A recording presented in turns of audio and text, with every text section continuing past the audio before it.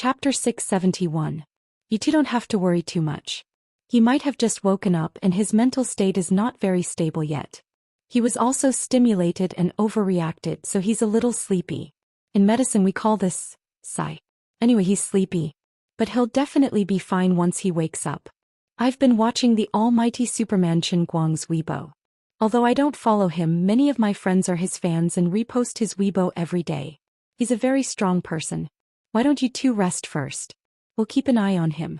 There won't be a problem. We're professionals. The nurse comforted them. The two girls helplessly nodded their heads. If they continued to stay here, they had no idea when Chen Guang would wake up.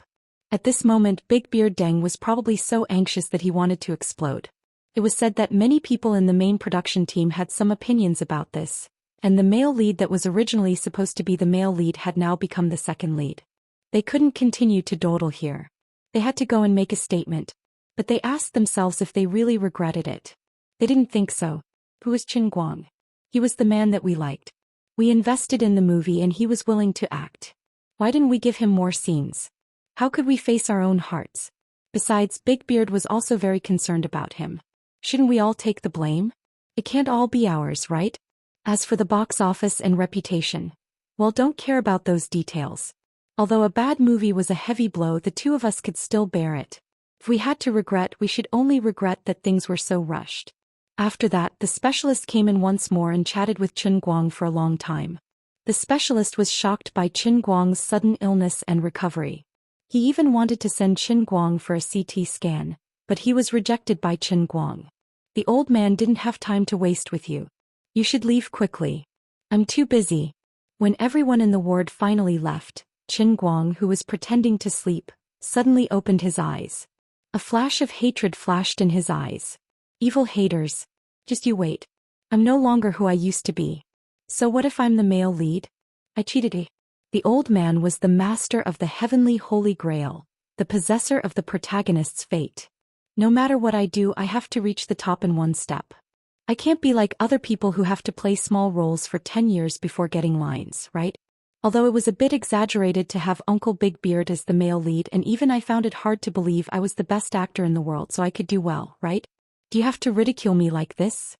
The worse you curse at me today, the more you'll kneel to the world's best actor tomorrow. Alright, I've already made my grand aspiration. The most important thing to do is to be down to earth and do things according to my priorities.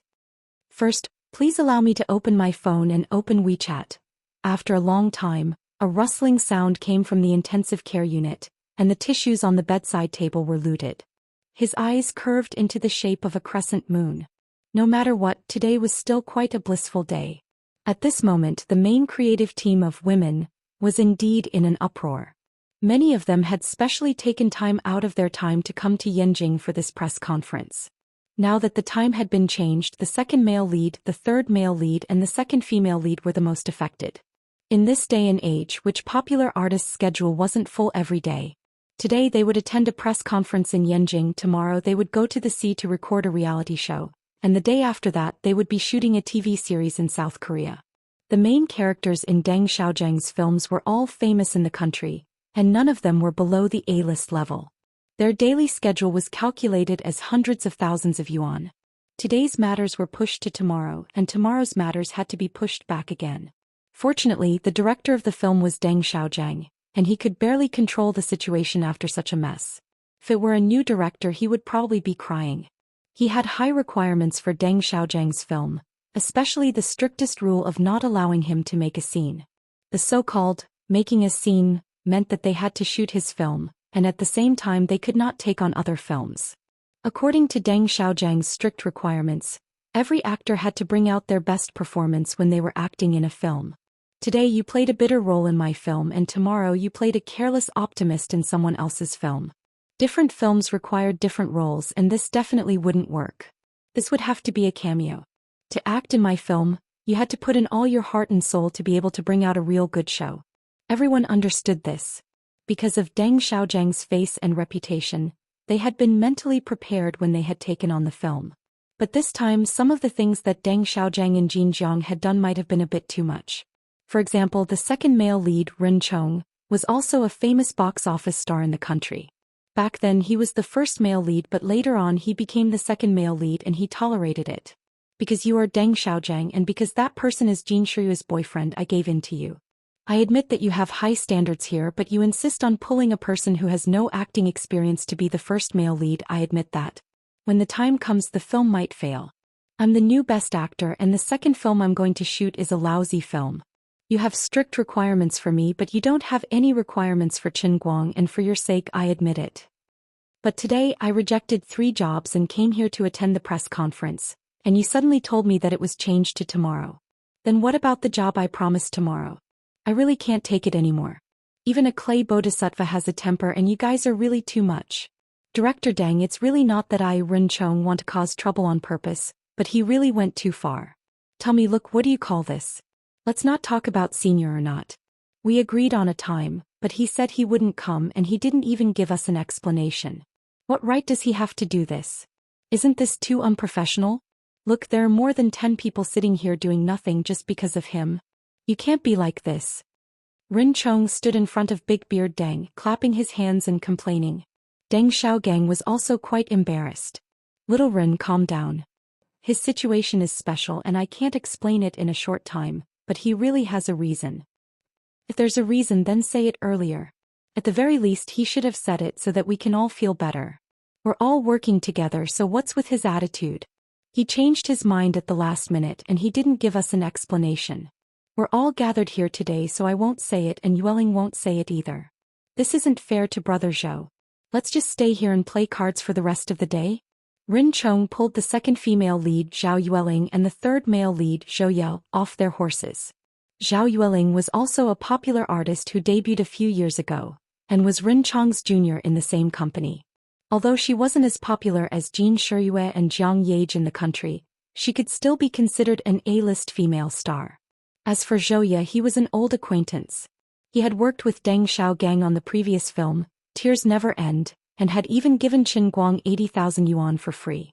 Zhou Ye hurriedly tried to smooth things over. Little Rin, don't get too worked up.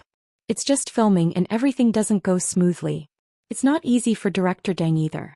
I know you have a program to record tomorrow, and after the press conference tomorrow morning, you can immediately fly to Nanjing.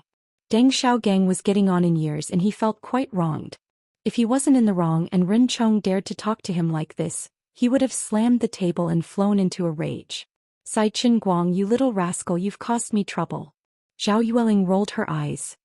Brother Zhou, it's easy for you to say.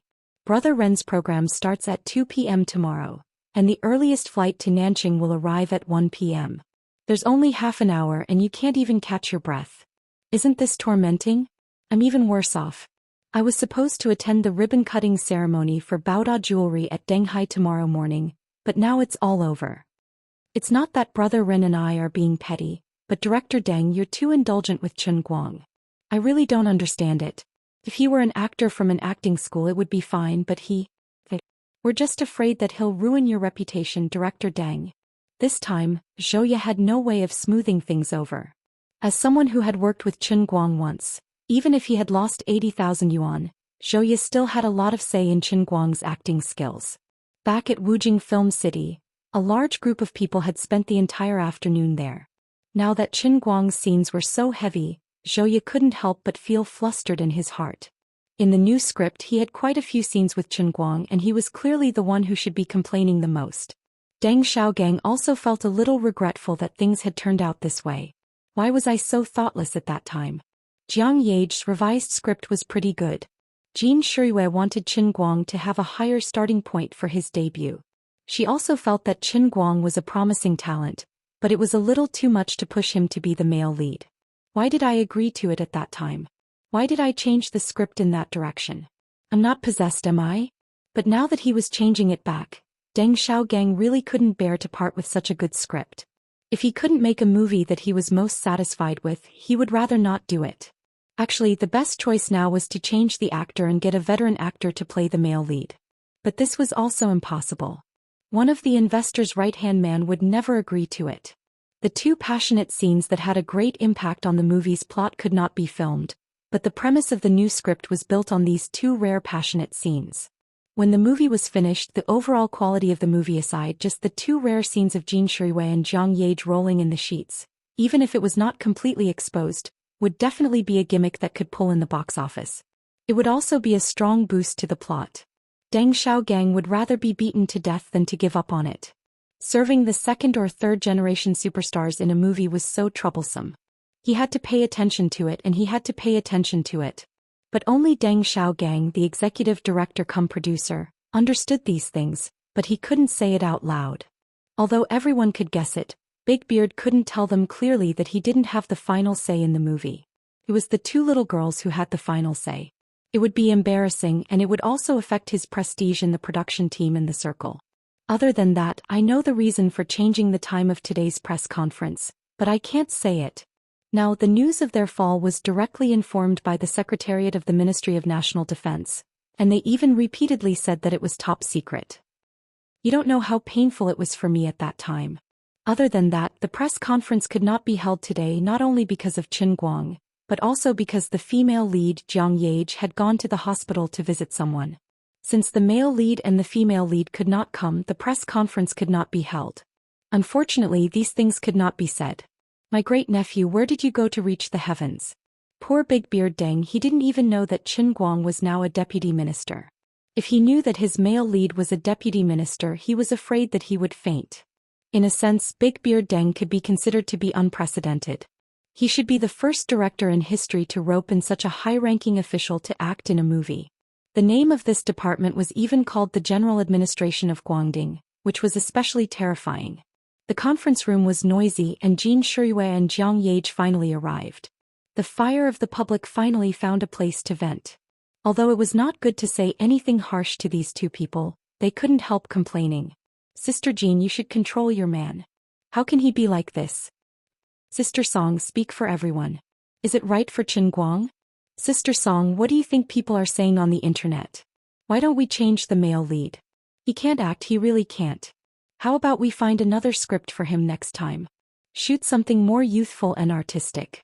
Although you two are young, you are famous actors in our circle. Qin Guang is, us, little fresh meat. Qin Guang is at most a little fresh meat. I'm not afraid of offending people. It's a compliment to say that he is a little fresh meat. Other little fresh meat have shot music videos. What has he done? If Jin Shuiwei and Jiang Yage were ordinary artists, people would naturally not complain to them. However, there's no need to mention the two's status in the industry. They're also movie investors and everyone knows that Qin Guang was pushed up by the two of them. So if anyone wanted to pull Qin Guang down, they could only start with the two of them. In the past 2 days, the comments on the internet had been getting worse and worse. People were afraid that the film would be ruined, so they all came up to say one after another in the name of the good of the film. Jin Shuiwei and Jiang Yage were usually influential figures wherever they went. But this time, like Deng Xiaogang, they knew that they were in the wrong. In the face of the voices of the public, they could only brace themselves to bear it. Yu Hong, Fong Tianyu and Lu Xiaoyong, the 3 middle-level leaders of Tianguang Agency, hid in the corner of the conference room and shivered. In fact, the 3 of them had been baptized by the storm before. It was true that not many people cursed in front of them, but they couldn't stand the ridicule that came one after another. Qin Guang's appearance was too sudden. From an internet celebrity who relied on hype, he suddenly became the male lead of an A-list blockbuster. Not to mention whether it would make people jealous, it was simply a joke in the eyes of others. They didn't have a chance to complain about Qin Guang in front of him, so they complained in front of his employees. Until now, the 3 of them felt that their faces were full of the smell of other people's saliva. This group of B***stards. Fong Tianyu gritted his teeth. This is 2F* king bullying. How can anyone say that about Director Qin? That guy just said that Director Qin would be thankful if he could act as a poker face. Yu Hong also kept a straight face. Some people said that Director Qin can't even remember his lines. Actually, I think what they said is quite reasonable. Lu Xiaoyong was different from the other 2. As a former senior entertainment reporter and pioneer paparazzi, he knew more about the tricks of the entertainment industry. Actually, I don't understand why Director Deng would let Director Qin play the male lead. This is a bit too much. Right now, our company's task is to package Director Qin. If I were to come up with a packaging plan, we should let Director Qin take one step at a time and start from a supporting role. It's not that he's never qualified to play the lead role, but when it comes to acting he really hasn't shown any convincing results. Lu Xiaoyang analyzed logically. Since ancient times there has been a master in every profession. Don't think that acting is easy. Acting is not something that can be done in a day. Our director Chen doesn't look like a genius who was born with knowledge. After all, he has a stain on his record. Stain. Yu Hong didn't understand. I went to watch Country previously. Didn't he act quite well? Lu Xiaoyang rolled his eyes. Old you don't know this. That set of 30 seconds of scenes, there were dozens of NGs. They filmed for an entire afternoon. I have a friend who was on the set as an extra. He said that he almost died from the heat because he was wearing armor on such a hot day. This is what he said. Ordinary actors' acting skills are divided into soy sauce level, beginner level, amateur level, professional level, master level, and best actor level. What level is our director Chen at? Feng Tianyu asked in a low voice. Lu Xiaoyang took a deep breath. In my friend's words, he is a disaster level, the kind that can spoil an entire pot of soup. A disaster level male lead. Yu Hong and Feng Tianyu looked at Deng Xiaojiang sympathetically. They didn't know why, but even as Qin Guang's employees, they started to sympathize with Deng Xiaojiang, the famous director. Deng Xiaojiang was really stubborn to use a useless male lead for the entire process. However, this was definitely not good news for Qin Guang's agency. Right now, Qin Guang's image and reputation on the internet might be controversial, but he has never messed up anything that he's participated in. He was a world champion in darts. He was the undisputed king of the underground racing world when it came to car racing. He was a godlike existence.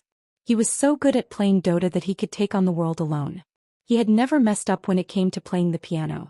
If director Chen's first movie ended in a bad movie, it would be a devastating blow to his personal image and reputation. Tianguang's agency might even suffer a heavy blow. How about we persuade director Chen? Feng Tianyu asked tentatively. Yu Hong nodded. Buttface, you can persuade him. He will listen to you. Lu Xiaoyang shook his head. I am suffering from a disease that will kill me if I make a phone call. Save it. No one can change his mind once he has made a decision. Think about what happened to Bajou. Yu Hong, on the other hand, saw through it. What we can do is to think of a way to help him settle this matter.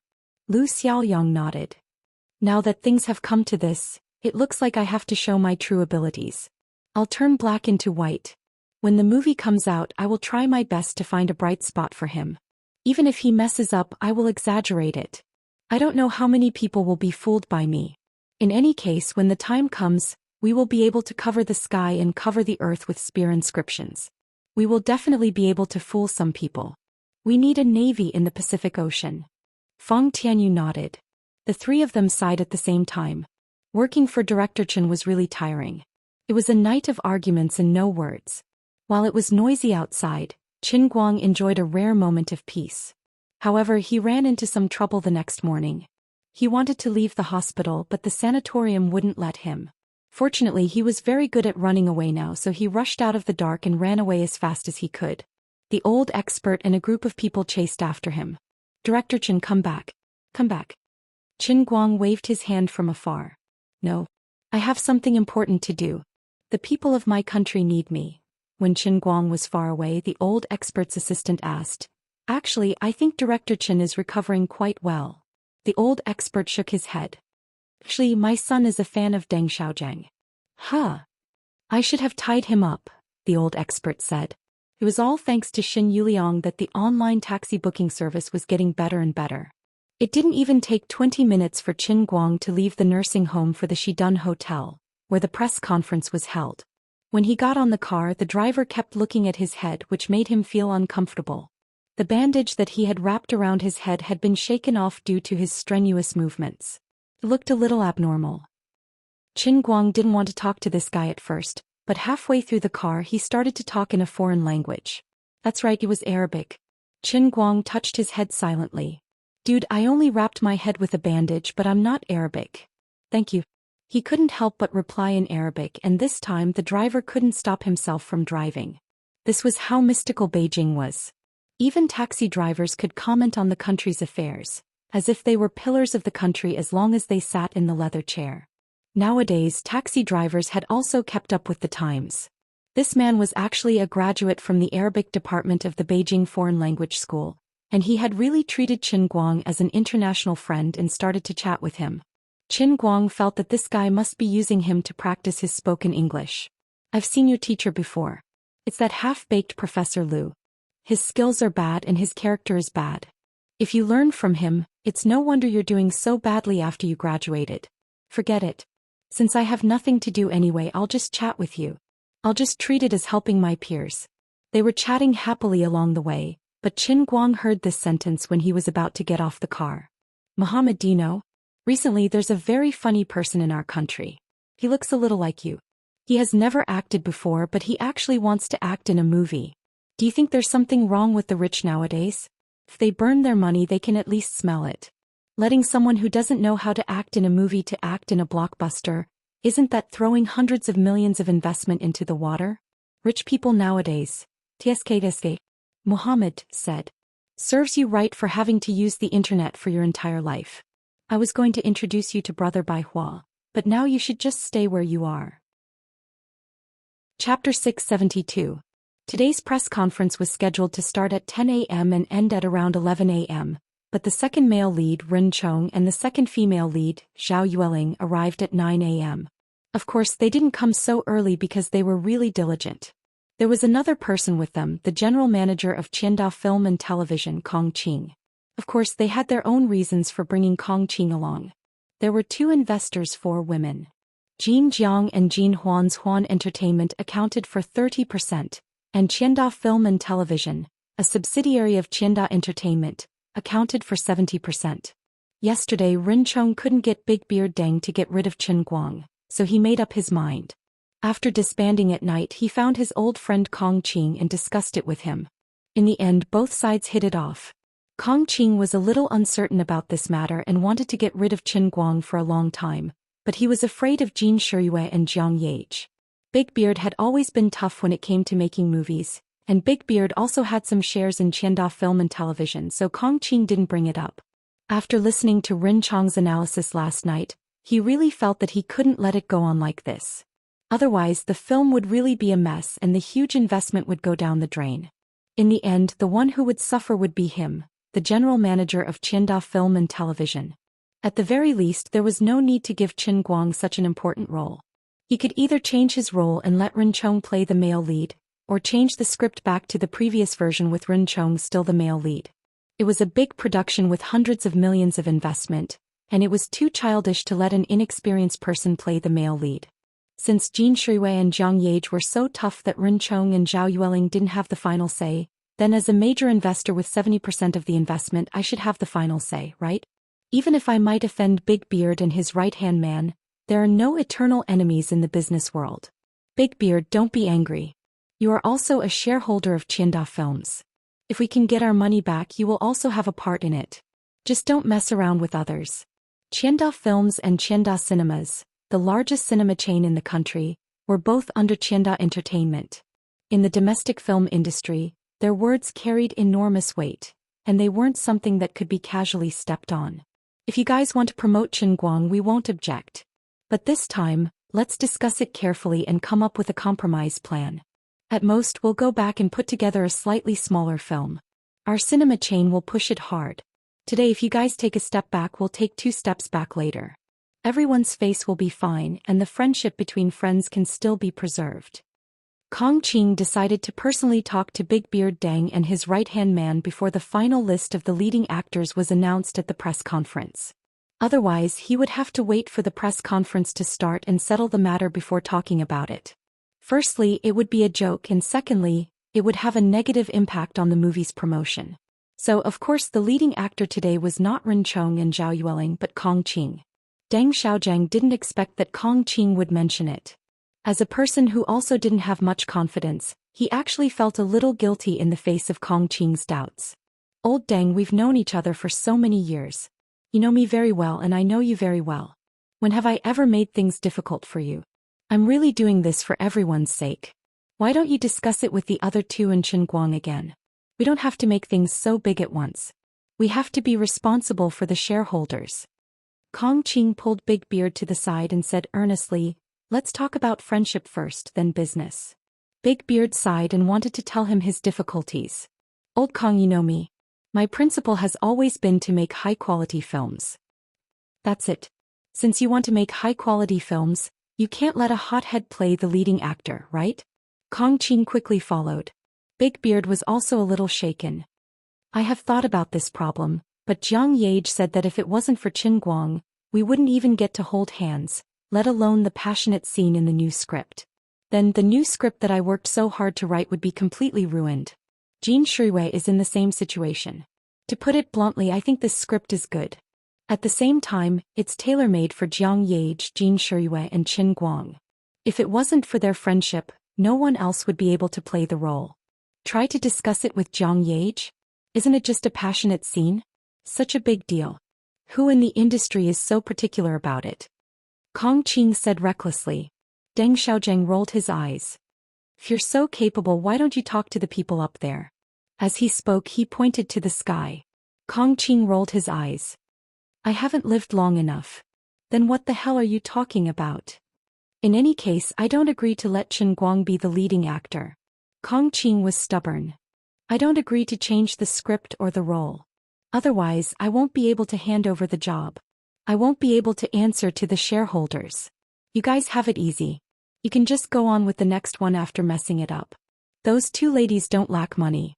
What am I going to do then? Seeing him like this, Big Beard Deng could only stare at him.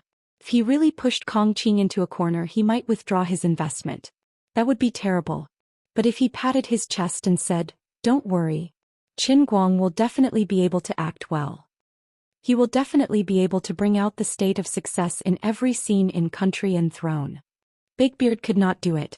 He also felt that it was too sci-fi. Ren Chong and Zhao Yueling saw that the two of them were almost done chatting, so they came over. Director Deng, really? Everyone is doing this for the good of the film. How about the old version of the script? Isn't it still written well? Ren Chong became the peacemaker. If the script was changed back, he would naturally become the leading actor again. Zhao Yueling chimed in from the side. Director Deng, we took on this film because of your reputation. Think twice. Think? Think what think? Not changing, absolutely not changing. At this moment, Jiang Yage suddenly came out from the side. She had deliberately arrived a little earlier today, and sure enough, she saw the show. It was really infuriating. Even if my Guang Guang had no acting skills, I would still push him up. You guys are throwing a tantrum with me and making me angry. If I don't show my power, you guys will really think that I'm easy to bully. Jin Shuiwei tugged at her. Don't be like this. Don't be so rash. Let's talk it over. Sister Shuiwei, how can we talk it over? Such a good script. As long as one isn't blind, they would know that the new version of the script is much better than the old version. There's only one purpose in discussing it with them, and that is to replace Qin Guang. Then what's the point of acting? We're not acting anymore. Jiang Yage stomped her foot again, her face as dark as water. Don't look at her usual mischievous appearance in front of Qin Guang. In front of others, she really had such a rude and unreasonable temperament. With her background, she had the guts to throw a tantrum in front of anyone in the entertainment industry. At worst, we'll just break up. You guys wait, I'll slowly settle it for you later. She almost said this sentence. Kong Qing didn't expect Jiang Yage's reaction to be so intense. For a moment he was a little embarrassed. That, Miss Jiang, I'm not targeting Qin Guang and the two of you. It's really because our Qianda also invested in this film. He was hinting to Jiang Yage not to be too tough. They took up 70% of the investment. At worst, you guys can just withdraw your investment. Sister Shuiwei and I will take it all. It's not like we can't take it. What's the big deal? Kong Qing couldn't wait to smash his phone and leave. I'm talking business with you, but you don't look like you want to talk business at all. Why are you so unreasonable? Can't you talk properly? Define your Jiang Yage. I can't afford to offend you. Kong Qing finally understood Big Beard Deng's helplessness. She was really a great aunt. She was like an empress dowager when served. Sigh. Kong Qing bitterly looked at Jin Shuiwei. You should control your good sister. We don't do business like this. Jin Shuiwei pulled Jiang Yage again. If she didn't stop her, she would really slam the table and leave today. The scene was in a deadlock. No one could do anything. Obviously, neither side intended to retreat. Big Beard Deng rolled his eyes and waved his hand to call Xianxia over. How about this? As for Qin Guang's acting skills, I, as a small assistant, have a lot of say. Back then he was the one who taught Qin Guang for a day. That's why there was that 30-second scene in Country and Rivers. How about listening to his judgment? Xianxia pitifully called Big Beard Deng into a minefield. He first secretly looked at Big Beard, who was winking at him. Then he braced himself and said, "This Mr. Qin, although he has never been professionally trained, his professionalism is definitely not a problem." At that time he was only asked to act as an extra, but he learned several teaching materials by himself. That afternoon, although there were some bumps in the early stages of filming, after he found the feeling, the effect was really good. So, Xiaoyang, you want to say that as long as you teach Qin Guang well and give him more time, he will definitely be able to act well? Xiaoyang, you are also a professional. Do you think this is really possible? Can an extra without lines really be compared to the male lead? This time, are you also the one who brought Qin Guang in the film? Do you dare to be like the generals in ancient times and make a military pledge? If you can't act well, you will die as an apology? Facing a small character like Xianxia, Kong Qing did not have any scruples with his words. His words were extremely unpleasant to hear. Xianxi's face turned pale. He looked at Big Beard for help. "Director Deng, you are the one who called me here. Don't sell me out." Big Beard coughed twice and looked away. "Hurry up and help this old man take the blame. It's so tiring for me to take the blame alone." Xianxia was about to cry. I followed Director Deng's gaze and spoke up for Brother Qin Guang. "You are really selling out your teammate." "That's enough, Director Kong. Don't make things difficult for Xiangshi's assistant. If you have any complaints, come to me. Come, let me sum up your words. If we insist on making Qin Guang the male lead, will your Qianda withdraw its investment?" Jiang Yage was already tired of this kind of wrangling. She said coldly with a sullen face, "Sister Shui, don't poke my waist. It doesn't matter who says it. You can call me a shrew or say that I am unreasonable in your heart. Jiang Yage will take it all." Jiang Yage twisted her body and squeezed Jin Shui's hand to the side. "Wow, this is going to be a mess." Kong Qing's eyelids twitched. Withdrawing investment is a small matter. Making money is a small matter. It seems that this time they are really going to offend Jiang Yage to death. If he had known that this lady was so domineering, he would never have come here. He should have just moved a bigger figure over. He couldn't handle it. He hurriedly looked at Ren Chong and Zhao Yueling. "You two were the ones who fanned the flames in my heart. Now that I am going to be skinned alive, you two are just going to watch? Don't look at others. Director Kong, just give me a definite answer. I don't blame you. This time we also went overboard. I know it in my heart. So I don't bear a grudge against you. We can cooperate again in the future." Jiang Yage said again. Kong Qing really had no choice. He coughed twice.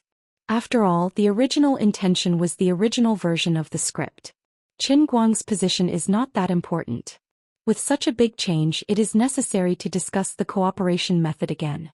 "Miss Jiang, I am not targeting you. Please pity me. I'm just a poor laborer. Since I can't take it head-on, I can't afford to offend you. I admit defeat. I will pretend to be pitiful. I will cry in front of you."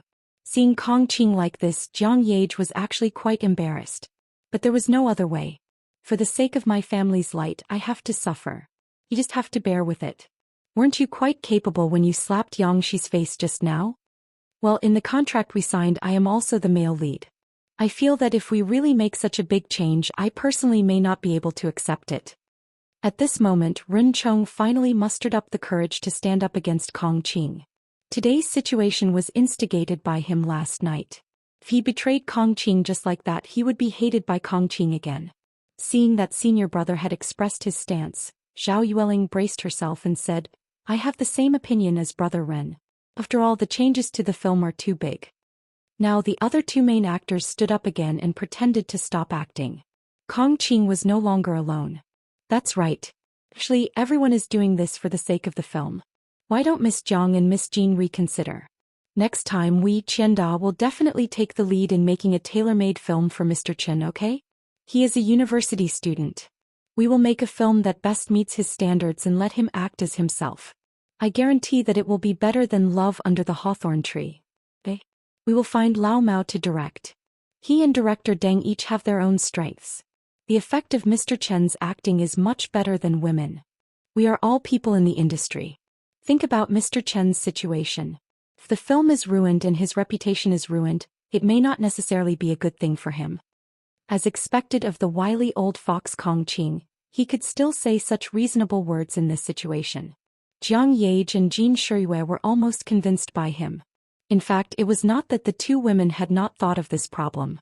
It was just that they had finally pushed things to this stage and they were a little unwilling to back out at the last minute. In addition, Qin Guang did not clearly express his intention to back out, so the two of them wanted to take advantage of the situation to get things done. Yage, why don't we ask him and discuss it with him? Jin Shiyue wavered. Jiang Yage looked back at Jin Shiyue helplessly and whispered in her ear, Sister Shiyue, you don't want the passionate scene? Jin Shiyue blushed and said to the others, I still think we can give it a try. Everyone rolled their eyes. Just what were the two of you whispering about?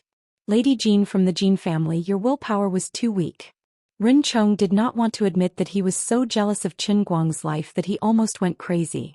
What right does that stinking brat have to be promoted like this by these two great ladies? I can't figure it out. I'm not acting anymore. What kind of sh*t is this? You can find someone else, whoever you want. Anyway, I'm not acting anymore. Rin Chong's mentality finally lost balance. He waved his hand fiercely and turned to leave. Zhao Yueling saw her senior brother flipping the table. Although she was also afraid, she had no choice. She and her senior brother were tied to the same boat. If it has to be like this, Brother Ren's sacrifice is really too big. I can't accept it. This is too different from our contract of intent. If it really can't be done, Brother Ren and I will quit. You can find someone else. Many people are lining up to shoot director Deng's film. I'm really sorry. I hope the box office will be a big hit. This is too much. I yield step by step. This is really bullying. I, Rin Chong, am the male lead with a total box office of 3 billion. I just won the Best Actor this year. Even if you want to promote a newcomer with a little bit of foundation, I will play a supporting role for him. I will accept it even if you change the script like this. Now it is clearly a bad film and I still play a supporting role. This really has a great impact on my acting career. I really can't accept it. Rin Chong was really going to leave after saying that. Deng Xiaojiang, Jin Shiyue and Jiang Yage were also anxious. If they lost Rin Chong and Zhao Yueling at this critical juncture, people inside and outside the industry would think that they were too overbearing and unreasonable. On the other hand, it was not easy to find actors of the same level as them. Planning a show, especially with Deng Xiaojiang's style, had extremely high requirements for the actors' schedules. In the end, if everyone really fell through, it would only be a lose-lose situation. Who knew how long it would take to start the project again? As his ally, Kong Qing also gritted his teeth. If it really can't be done, then let's put this film on hold for the time being. I won't be able to report when I go back. Why don't we postpone the press conference today? Let's discuss again? In the distance, Zhou Ye had just arrived. From afar he could smell the gunpowder in this small group. He quickly shrank back and did not dare to show his head. He huddled in the corner of the wall, not daring to approach. He patted his chest, still in a state of shock. He secretly rejoiced, thank goodness my eyes are sharp. Otherwise, I would not have been able to get out if I had gone in head first. I don't care about anything anyway. I'm just a nobody. I'll act whatever you want me to act. I'll act however you want me to act. At this moment, Zhou Ye raised his head and saw Qin Guang walking out of the elevator. The man's current appearance was a little awkward. He was actually wearing a large straw hat on such a hot day. Compared to the last time he saw him at the Wujing Film City, this young man was really becoming more and more like a star. Zhou Ye would never forget this young man's gray and unsightly appearance. After all, this loser had smilingly won 80,000 yuan from his trouser pocket on the set. Of course, he had no intention of getting close to Qin Guang. Instead, he quietly turned his face to the wall, looking as if he was thinking about life. Who wants to go into the fire with you? Yo, brother Zhou. Long time no see. You're in this film too. 2 streams of tears rolled down Zhou Ye's cheeks. Your eyesight is as good as mine. Yeah, long time no see. I'm the 3rd male lead. The veteran actor turned around and squeezed out a smile. What a coincidence. Then brother Zhou, shall we bet something this time? I'm just kidding. Look at you. Don't worry, I'm not as short on money as I used to be. Anyway, I'll have to ask for your help this time. Qin Guang had a good impression of this man who was willing to admit defeat. Regardless of the amount of money or the reason, he had given him 80,000 yuan for free back then. It was like sending charcoal in a snowstorm. It was more friendly than someone else giving him 800,000 yuan now. You flatter me, you flatter me. Zhou was tugged on by Qin Guang's sleeves and dragged inside. By the way, brother Zhou, I have a friend who's a fan of yours. Can you give him an autograph? No problem, no problem. I'll give you as much as you want. Even if it's just a book, it's fine. Don't pull me. Don't actually go to the front desk to borrow a book. No matter how much Zhou struggled, he was still dragged inside by Qin Guang. It was about 9:30 in the morning. The two of them turned the corner and entered the lobby. Qin Guang could smell the gunpowder in the air. Jiang Ye's face was so dark that one could squeeze water out of it. Jin Shiyue's face was also stony. Big Beard looked left and right in embarrassment. The second male lead, Ren Chong, and the second female lead, Zhao Yueling, also had ashen faces. Beside them, there was a middle-aged man who looked both embarrassed and angry. There was no need to think too much. This conflict must have arisen because of him. When he thought of this, he was both angry and amused by these pitiful mortals. You guys take the clothes. Seriously, there were many people like you who doubted my abilities in the past. Now they're sending me letters every day, okay? Chapter 673. While they were quarreling, Qin Haodong suddenly came. Yesterday he didn't show up for some reason, but today he came early, which caught some people off guard. Jin Shiyue's expression changed. She patted Jiang Ye's back secretly and then turned to Qin Guang. Seeing that he covered the bandage on his head with a straw hat, it was obvious that he was injured. She couldn't help but feel distressed. When she got closer, she took the initiative to pull his arm and take him to the side. She said half reproachfully and half coquettishly, "Grandpa called and said that you ran away from the hospital. Did you really run away by yourself? What if your injury got worse?" Qin Guang smiled and waved his hand. "It doesn't matter. It doesn't matter. This injury is not a problem for me." Qin Guang was pulled aside by Jin Shiyue and then asked again, "What the hell is going on?" Jin Shiyue didn't want to tell him, but she knew that sooner or later it would be revealed, so she simply told him the current situation. After listening, Qin Guang understood. It was exactly as he had expected. No one trusted his ability. Not to mention the second male lead, Ren Chong, the second female lead, Zhao Yueling, and the other investor representative, Kong Qing. Even Big Beard Deng, Jin Shiyue, and Jiang Ye were not sure. He sighed in his heart. After all, his experience of playing a small role last time had caused too much psychological trauma. He couldn't blame others. If he were the director and investor, he would also have no confidence in his heart. After all, he used to be responsible, and he couldn't open his mouth and tell others that the old man had practiced in the world in the cup. He could only blame himself for not acting before to prove himself, even if it was a music video. On the other side, Kong Qing, Ren Chong, and Zhao Yueling saw Jin Shiyue whispering to Qin Guang, and Deng Xiaojiang and Jiang Ye had begun to close their mouths and pretend to be crazy. They were getting more and more anxious. This couldn't work. They were using a delaying technique. The press conference would be held in half an hour. Once the matter was said at the conference, it would be completely settled. At that time, it would be difficult to go back on their words. As a result, the three of them began to ridicule the bearded man again. As for Jiang Ye, the three of them did not dare to provoke her. She had proved her fighting capacity. She was definitely at the level of a great aunt. "We can't afford to provoke you, but we can avoid you, okay? You're right. We'll agree to it. I'll turn around and complain to Big Beard. That's fine, right?" Before Qin Guang came, Jiang Ye was very fierce. Her combat power was as high as 90,000 points. It was really strange. The saying, "everything has its vanquisher," came true when it came to her. When Qin Guang stood there, even though they were whispering to each other 10 meters away, Jiang Ye couldn't help but act like a lady. She also knew that her blindness would only bring more trouble to Qin Guang. She was also reflecting on this matter in her heart. "Shiyue, what you mean is that Qianda Entertainment is threatening to withdraw its investment because of me, and those two are also threatening to stop acting because of me?" Qin Guang concluded as he stole a glance at Ren Chong and Zhao Yueling. Honestly speaking, the two of them might be the second best in this film, but they're still first-rate celebrities that frequently appeared on television. Qin Guang had quite an impression of them, especially Zhao Yueling, who walked the route of sexiness.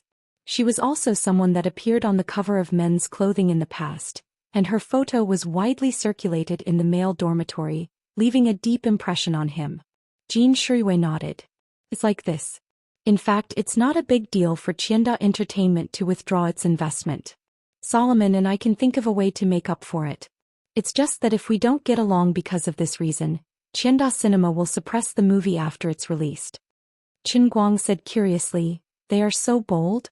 You don't even care about your reputation? Jin Shuiwei shrugged. Do you really think Solomon and I are royalty? It's business. How can we use power to suppress others? Besides, Qianda Entertainment has a say in Grandpa's place. But that's not the most troublesome thing.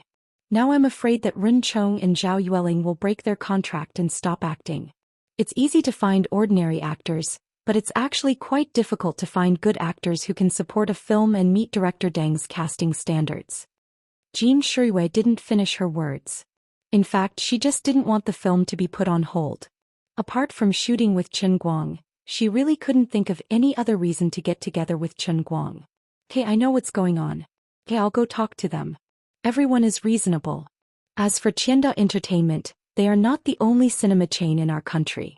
Although Qianda Entertainment is the largest, as long as the film is good and the box office is good, they can suppress us if they want. It's just that they can't live with money. Don't worry. After asking clearly about the matter, Qin Guang had an idea and went into the crowd. Jin Shuiwei followed behind him and couldn't bear to roll her eyes. According to her previous thinking, it was easy for Big Beard's film to have a good box office and a good reputation. But this time there was you. My sweetheart, you should be a little more conscious. Frankly speaking, Jiang Yage and Jin Shuiwei were already mentally prepared to shoot a so-called blockbuster that would explode with word of mouth and rely purely on screenings and box office to forcibly pull it up. It was impossible to do this kind of fake thing without Qianda's cooperation. On the other side, Kong Qing saw that he was approaching and knew that the main character was here. He made up his mind and thought that this was the last chance. It was better to let the main character know the difficulties and retreat than to find someone else to argue with. He suddenly raised his voice.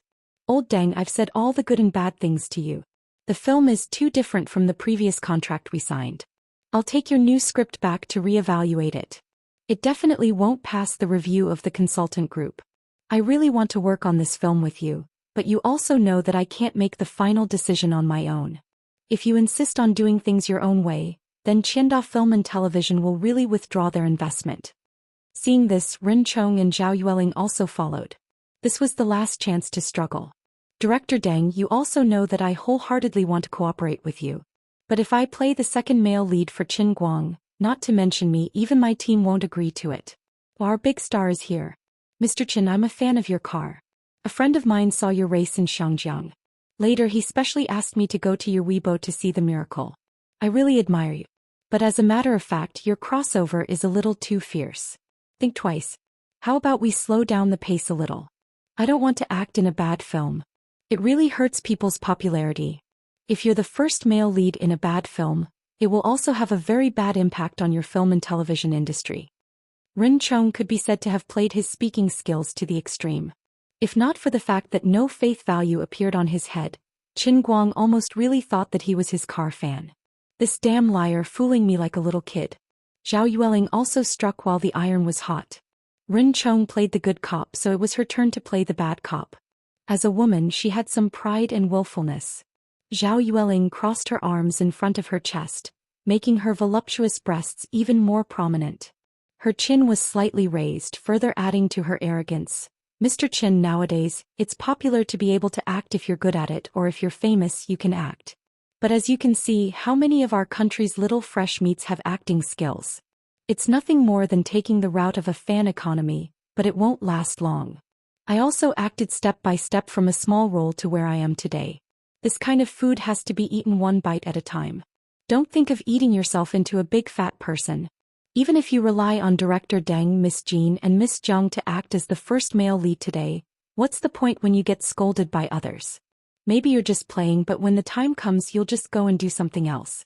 We'll be in a difficult position. I really can't accompany you. Now, in front of the main character, they finally said all the unpleasant words in one go. Jiang Yage put her hands on her hips, glared, and was about to explode. Qin Guang silently grabbed the back of her clothes and gently pulled her, then gave her a look asking her to behave. At this moment he understood the biggest trouble today. Qianda's withdrawal of investment was really not a big deal, but these two actors were difficult to deal with. However, the moment he saw these two actors he already knew how to deal with them, but he just hadn't decided whether to use it or not. Now that I've already made things clear, why don't you give me some face? You're trying to climb all over me and make things difficult for me. You want me to back off? From your standpoint I can understand you. But from my standpoint I'm angry. The old man felt that they were slapping his face. You don't want to act? Then I'll let you act. Even if you're so angry that you're vomiting blood, I'll let you grit your teeth and act. Whatever grievances you have, you'll have to swallow them. He grinned. Mr. Ren, Miss Zhao, I understand what you mean, but I have my own views. Why don't the three of us talk in private? Those who didn't know Qin Guang would be a little confused, but those who knew him could smell danger. Jin Shuiwei wanted to persuade him, but Qin Guang still smiled. It's okay. I'm really just talking. It's just that it's not convenient to say this in front of others. Shuiwei, don't let your imagination run wild.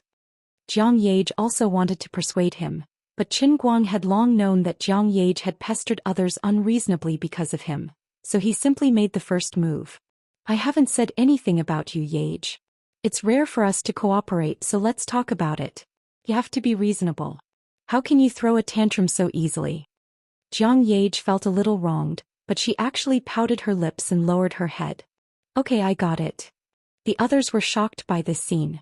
The devil incarnate Jiang Yage was actually subdued with just one sentence? Okay, let's talk over there. Ren Chong was not stupid. There were a lot of people here and everyone was watching. Qin Guang would not beat people in broad daylight. The three of them turned to one side, but Qin Guang was not in a hurry to speak. Instead he smiled amiably. I'll call someone else. Then he craned his neck and glanced around the conference room looking for someone. Today Yu Hong and Fang Tianyu of Tianguang Agency were busy with other things. After 2 days of hard work, they finally found some clues and were ready to spend money on Qin Guang's Guinness program. Only LV Xiaoyang came to the conference. But Qin Guang needed LV Xiaoyang at this time. Buttface, come here. Chapter 674. Qin Guang waved at Lu Xiaoyang, who was hiding in a corner and pretending to disappear. Lu Xiaoyang was quite regretful. If he had known this would happen he would have stood closer. Damn. Can you not call me Buttface in front of so many people? I can't raise my head anymore. When Lu Xiaoyang walked closer, Qin Guang pulled him to his side. Let me introduce myself. I am the manager of Tianguang Agency's Publicity and Public Relations Department. I am Lu Xiaoyang. He was the deputy editor of Zhuo Wei's 8 weekly magazine. Yes, he was the former #1 paparazzi in China. He was Lu Xiaoyang's fighter. His nickname is Hell's three-headed dog. That's why I call him Dog 3. Come on, Dog 3. Tell us where you were and what you were doing on the night of July 31st, 2012. Who else is there? That's right, the two of them happen to be one of the hot topics in H-Disc. Truth be told, Qin Guang did not want to bring out his trump card, but the two of them were too much. They would stop performing at the slightest provocation, lecturing him about life and philosophy. Furthermore, they even put on the airs of seniors in the industry, acting as if they were doing it for his own good. You slapped me in the face, but you still smiled and said that I did this for your own good. You should thank me. That's so annoying. But come to think of it, the two of you have quite the taste. As Qin Guang spoke, he examined Zhao Yueling. Although I know that you're walking the path of sexiness, your ferocity is still extraordinary. Lu Xiaoyang looked at Qin Guang silently. President Qin, I followed you to do great things with you. You made me feel like I trusted the wrong person. How could you ask me to do such a thing? How could you remind me of the cruel fact that I used to be a paparazzi? I want to forget those days and nights. Why did you, Long River City, Imperial Garden Villa District, Building 13, 4th floor, room 1343. Why did I answer you directly? God, please believe me, I really am an honest media person, I am not a paparazzi. When Qin Guang mentioned the time, Ren Chong and Zhao Yueling couldn't recall anything. After all, it wasn't the first time that the two of them did something similar over the years, so how could they remember every single time?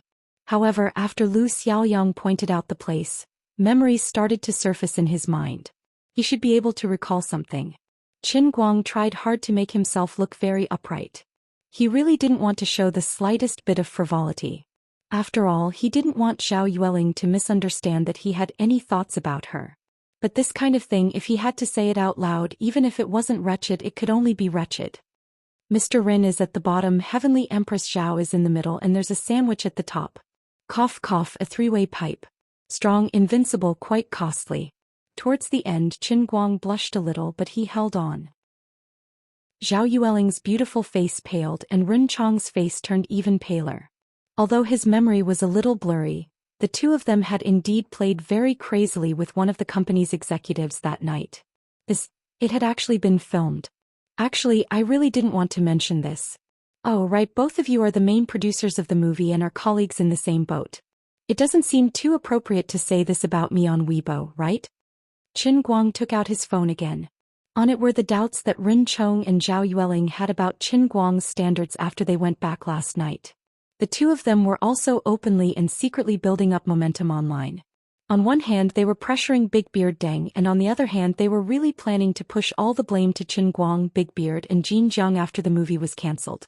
Qin Guang's meaning was very clear. The two of them had done the first thing first, and now he didn't intend to do the second. He was just giving them a kind reminder, and it wasn't too much. Lu Xiaoyang rolled his eyes. He had watched this movie with Qin Guang that afternoon.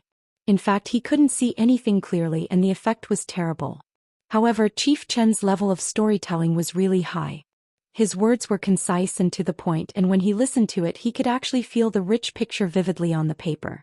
As expected of Chief Chen. He nodded slightly as if he was wandering in the sea of memories again. Mr. Chen, this is a misunderstanding. It must be a misunderstanding. Rin Chong waved his hands repeatedly. Zhao Yueling blushed at first, feeling ashamed and angry. However, she was not a little girl after all. She had been in the industry for a long time. Although she looked bright and beautiful in front of outsiders, she was able to get to her current position in the A-list without any background.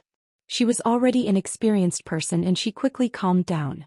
Although she was still crossing her arms, she pushed her chest higher and smiled at Qin Guang. Mr. Qin, you really know how to joke. Alright, I know I was wrong, okay? If there's anything we can discuss it. This movie, I promise I will give my life to act well. Mr. Qin, please don't scare me. Her voice sounded very coquettish and her eyes were flying. However, her back was facing Jin Shuiwei and Jiang Yage in the distance. Her body language did not show any abnormalities. Only the few of them understood her overt and covert hints. The two of them were also helpless. Previously, they knew a little about the incident between Qin Guang and Bazhou magazine. Bazhou magazine was really unlucky, but who would have thought that Qin Guang would eat it up? In addition, this Cerberus was too scary. It was fine if you were a paparazzi, but you had 3 heads. If you could be given this nickname, how sensitive and fierce your sense of smell must be. In the past, when you worked with a rascal like Shuo Wei, you were already a Cerberus. Now that you worked with Qin Guang, who had a powerful background, wouldn't you become a Cerberus? That was really scary. Being secretly sized up by the two of them with fear and hidden hatred, Lu Xiaoyang actually wanted to clarify that he was actually a good person. However, Qin Guang did not give him a chance. Okay, Cerberus, that's all for you. Go and have a rest. When Qin Guang, Rin Chong and Zhao Yueling returned to the crowd, the situation had completely turned around. Needless to say, Kong Qing knew that they had been dealt with by Qin Guang just by looking at their apologetic eyes. What about the alliance? What about making trouble together? How could you two betray me just like that? What the hell did Qin Guang do to you? Are you going to put me on the fire and sell me? I, Kong Qing, am not a big shot. Aren't you afraid of offending me? Kong Qing was very angry in his heart. If he had not come today, he would still have a chance to shirk the responsibility if the movie was a failure. But now he had come to the scene and even talked with Deng Xiaojiang, and he had offended Jiang Yage. In the end, the movie was still made. He must be the scapegoat. I am the scapegoat. I didn't do my job well and I offended Jiang Yage. Why am I so unlucky? What should I do now? Should I continue to threaten to withdraw the investment? Then there is no way to ease the situation, right? Should I pretend that nothing has happened? I can't take the blame for this. At this moment, Qin Guang suddenly said something that made him extremely happy. Mr. Kong, I can understand your Qianda's difficulties. Why don't we do this? Right, uncle? How much is the initial investment of our movie? Kong Qing continued Qin Guang's words. Mr. Qin, what do you mean? The advertising budget is 500 million. In fact, including everyone's pay and other expenses, the initial estimate is about 200 million. After all, our movie is not a blockbuster with special effects. Hearing those words, Qin Guang's eyes lit up as he replied, I'm also in the wrong for this matter. I've just arrived and it's a little too much for Qianda Entertainment to bear the risk for me. Why don't I take over your company's investment myself? This is good for everyone. What do you think? He had just earned 150 million in endorsement fees a few days ago, and he was worried about how to spend it. He knew his own situation very well. This was the first time the world had sent a best actor and there was Big Beard holding the fort.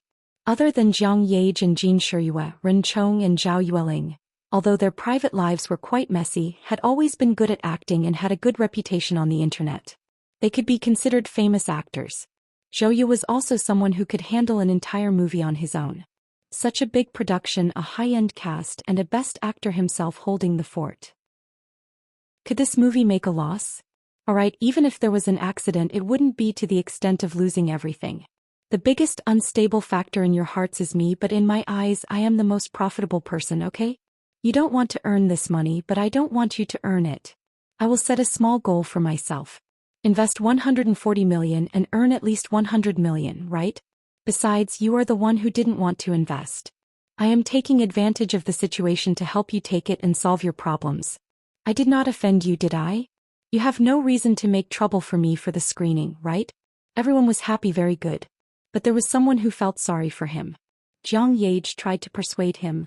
It's fine, Sister Shiyue and my Huan Entertainment. Don't. Qin Guang was determined this time. He didn't want to be treated as a man who lived off a woman. Besides, you still don't trust me. You have helped me enough. It's not like I don't have money. I will spend my own money to film it. Even if it fails, I will bear the responsibility. I can also explain to outsiders, right? Why don't you transfer your investment to me? Qin Guang even had his eyes on Jiang Yage and Jin Shiyue's investment shares. Jin Shiyue and Jiang Yage shook their heads repeatedly, determined not to give in. Looking at his confident appearance, they were almost speechless. The two women thought to themselves, crazy, he has gone completely crazy. Plus, forget it. Even if we lose all our underwear we can still afford it. After thinking for a short while, Kong Qing gradually calmed down from anxiety and helplessness to frustration and panic. Then his eyes lit up. When I said that I would withdraw my investment before, I was angry or I was threatening you. Although I had no choice but to withdraw my investment, I would indeed offend people, especially Jiang Yage, the devil incarnate. I am also very afraid, okay? Now you are offering to take over the responsibility. How can I refuse? This is a once-in-a-lifetime opportunity, okay? Kong Qing was afraid that Qin Guang would go back on his words, so he took over the responsibility immediately. Qin Guang's eyes lit up. Hey, it's a deal. Zhanggu, call Yu Hong and Fong Tianyu to come here. If necessary, call Su Li from the finance department to Yanjing. The first big deal of Tingguang Agency is coming. Qin Guang waved his hand. This was the advantage of having subordinates. As the boss, he only needed to set the general direction. As for the specific details of the cooperation, his subordinates would naturally run the errands. Lu Xiaoyang came over with a bitter face. To be honest, he felt like handing in his resignation letter. Our Xiaochen doesn't play by the rules at all. Unreliable, too unreliable. I don't know what you outsiders are really thinking. This dog Apui as his lackey, I am very nervous. My Mr. Qin has embarrassed himself. We will definitely send him to a mental hospital before he loses all of the company's money. Brother Qin Guang, why is it so lively here? Just as they settled the matter, a loud exclamation came from the corner. Everyone turned around and saw that it was little Tsong, whom they hadn't seen for a long time. Hey little Tsong, why are you here? Qin Guang greeted him warmly when he saw his old acquaintance. Little Tsong came closer and greeted everyone before pulling Kong Qing in front of him. Kong Qing helplessly bowed to little Kong, greeting so little Chong. Little Tsong laughed at Qin Guang. One look and I can tell that you don't pay much attention to me. You even asked me why I am here. So cold-blooded and heartless. So sad. Don't keep us in suspense. Just say it. Kong Qing interrupted. Mr. Qin, let me say it. Little Chong is the senior director of Qianda Entertainment, the parent company of Qianda Entertainment. Qin Guang thought for a long time. Wait, you are that annoying Chong Xiaozong who is always talking on the internet. Damn, you only know now.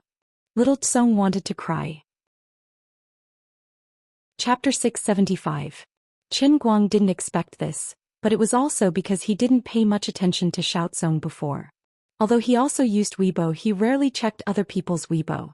He only cared about finding news related to himself all day long. Now he understood everything.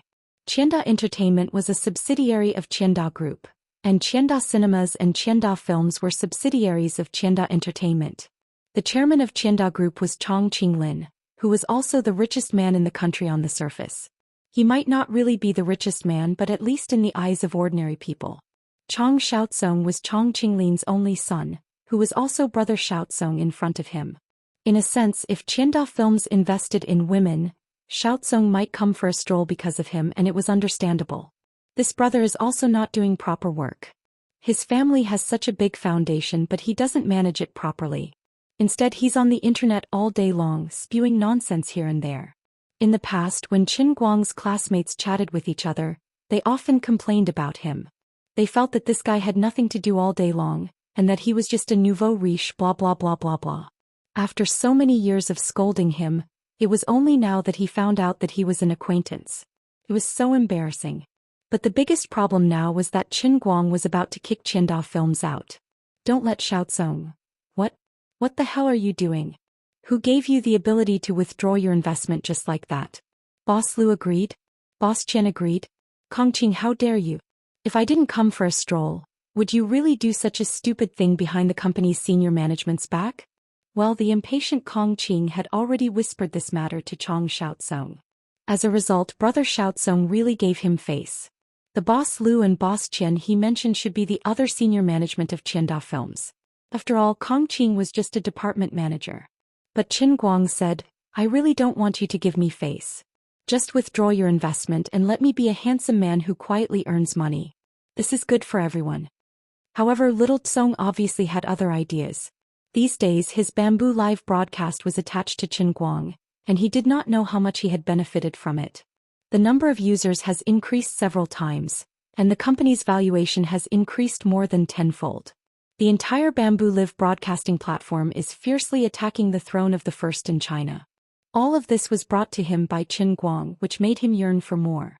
Unfortunately, the contract he signed with Qin Guang did not have any binding force on Qin Guang. Well, with Qin Guang's current status in the underworld, even if there was binding force, he could not do anything if Qin Guang wanted to break the contract. Therefore, Xiaozong couldn't let Qianda Film and Television offend Qin Guang because of women. He said that he was just there to take a look, but in fact he wanted to prevent this from happening. Kongqing made the decision based on his judgment of the market. He was 100% sure that as long as he brought it back to the shareholders' meeting, no one would object.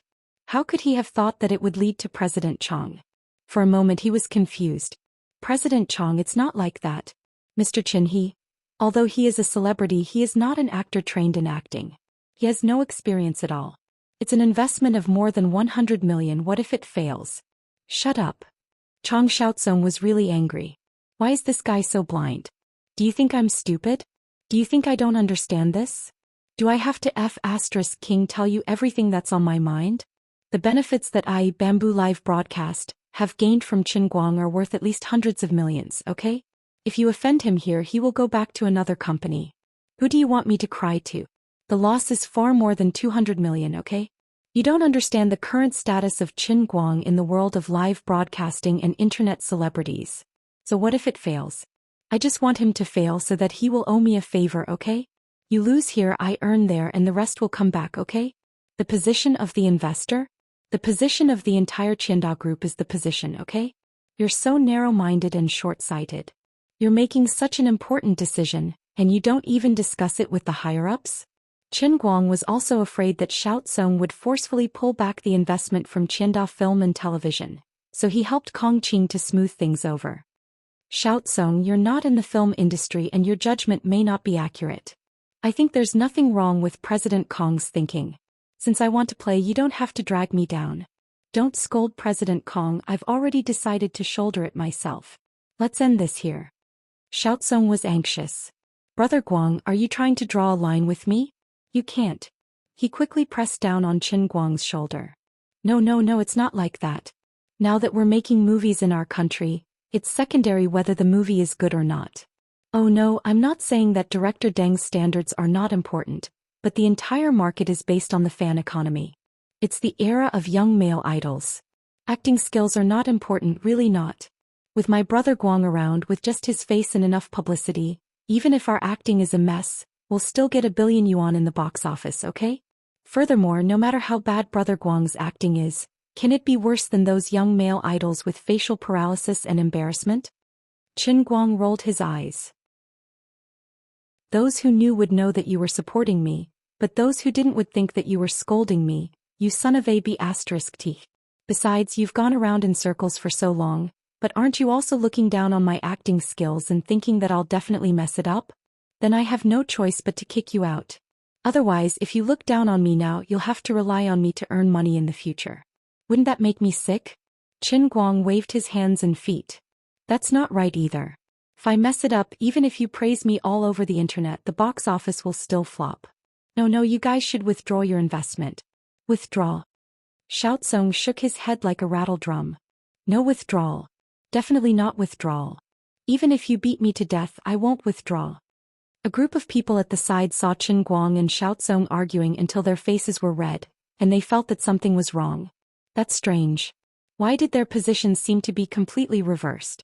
Wouldn't Qianda withdrawing its investment be a terrible situation for Qin Guang? Wouldn't that mean that he would have to use his own money to take the blame? Besides, Xiaozong, you weren't this stupid in the past, right? You knew that Women with Qin Guang as the male lead was a fire pit, so why did you still rush into it? Kong Qing felt that he was the unluckiest person. He really couldn't understand what went wrong with his judgment.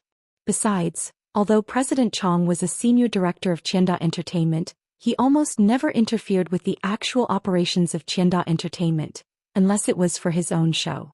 Usually he spent most of his energy on his own Bamboo Live broadcast. But today he suddenly interfered.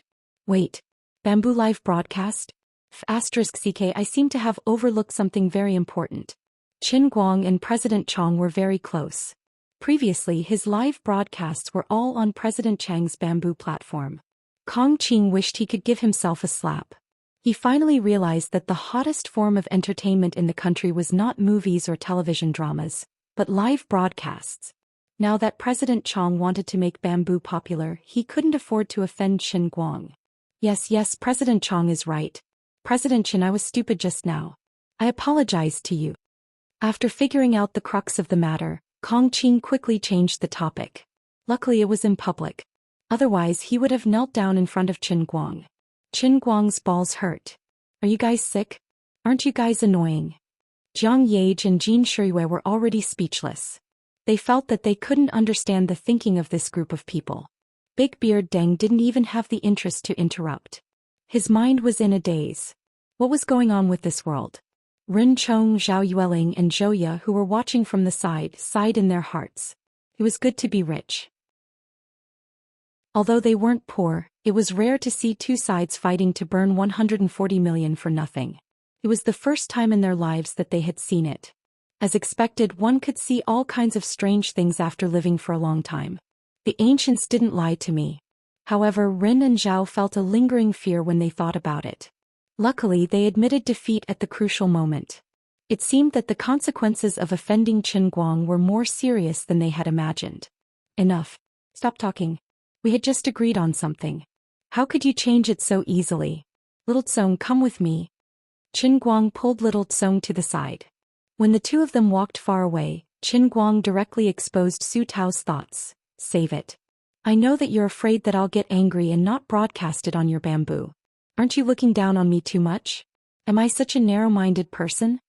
Little Tsong thought to himself, if you aren't narrow-minded, then everyone in the country is a prime minister with a big belly. No, it's not like that. Little Tsong didn't care what he thought. On the surface, Little Tsong gave him enough face. Qin Guang shrugged. That's it then. We've been having a good time working together on the live broadcast. I don't have that much time to waste. Although I have my own company now, I'm not interested in jumping around.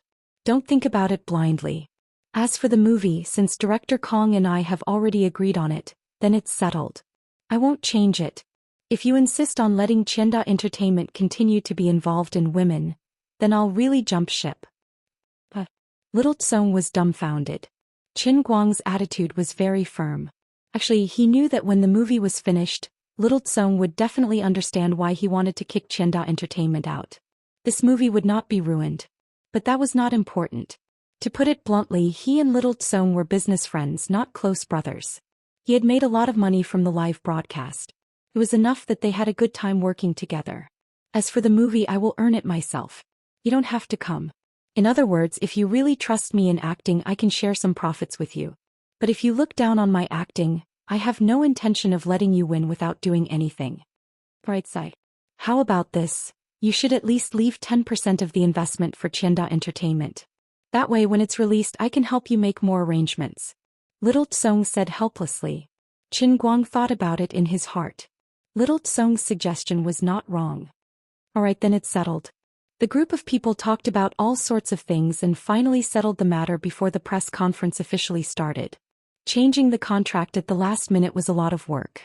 Luckily, Yu Hong and Fong Tianyu were nearby and had already rushed over. They were professionals in this matter.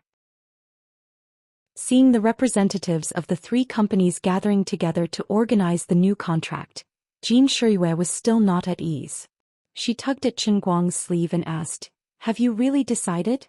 Qin Guang nodded. "Of course. 120 million. Jiang Yage said. Qin Guang said casually, "Why are you so sure that I can't act well?"